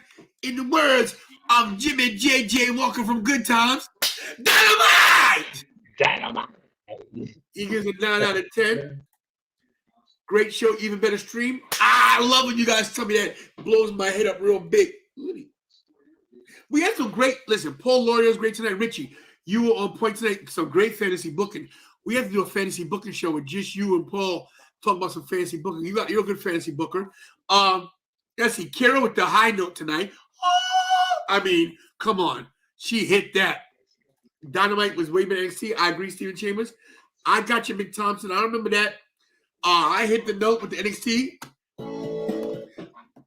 Nelson came in, Nelson Feaster. Don't forget the super chats I got tonight. Major super chats. Angel, Nelson, the whole smear from everybody.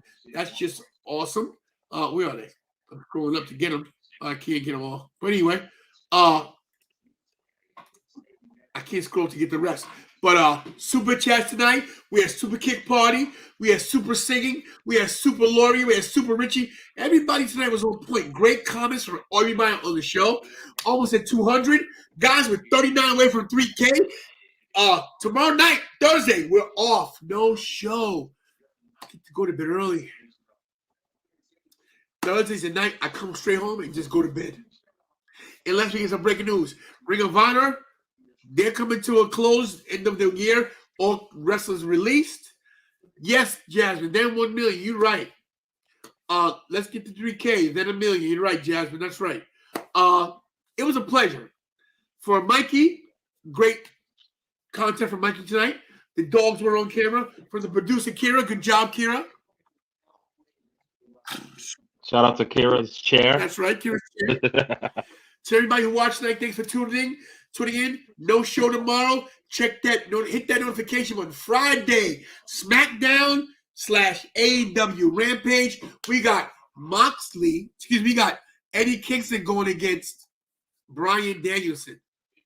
Yes, Impact Wrestling tomorrow night. Alexander versus Suzuki. You guys watch that. We maybe talk about that on Friday as well. But I'm going to hit the hay. It's 10 o'clock.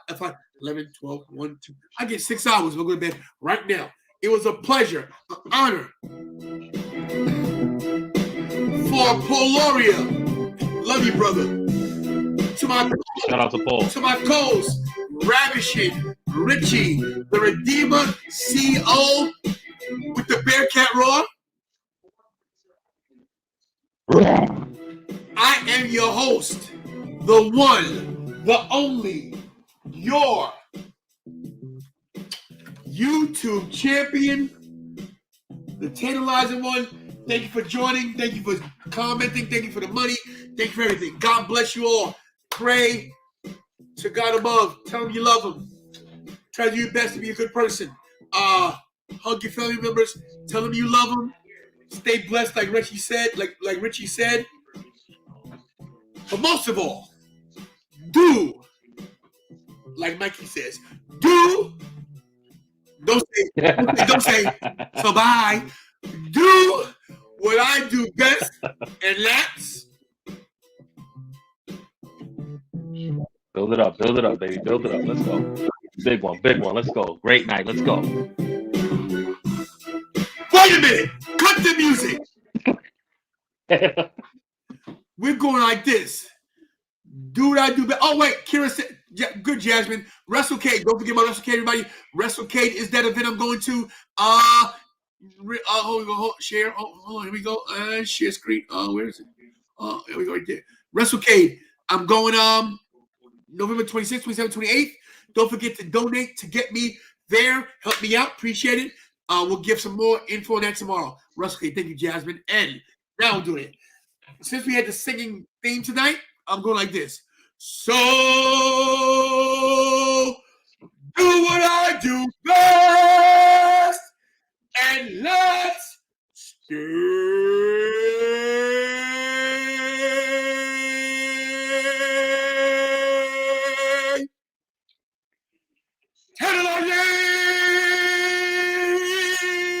Good night, everybody. I'm out of here.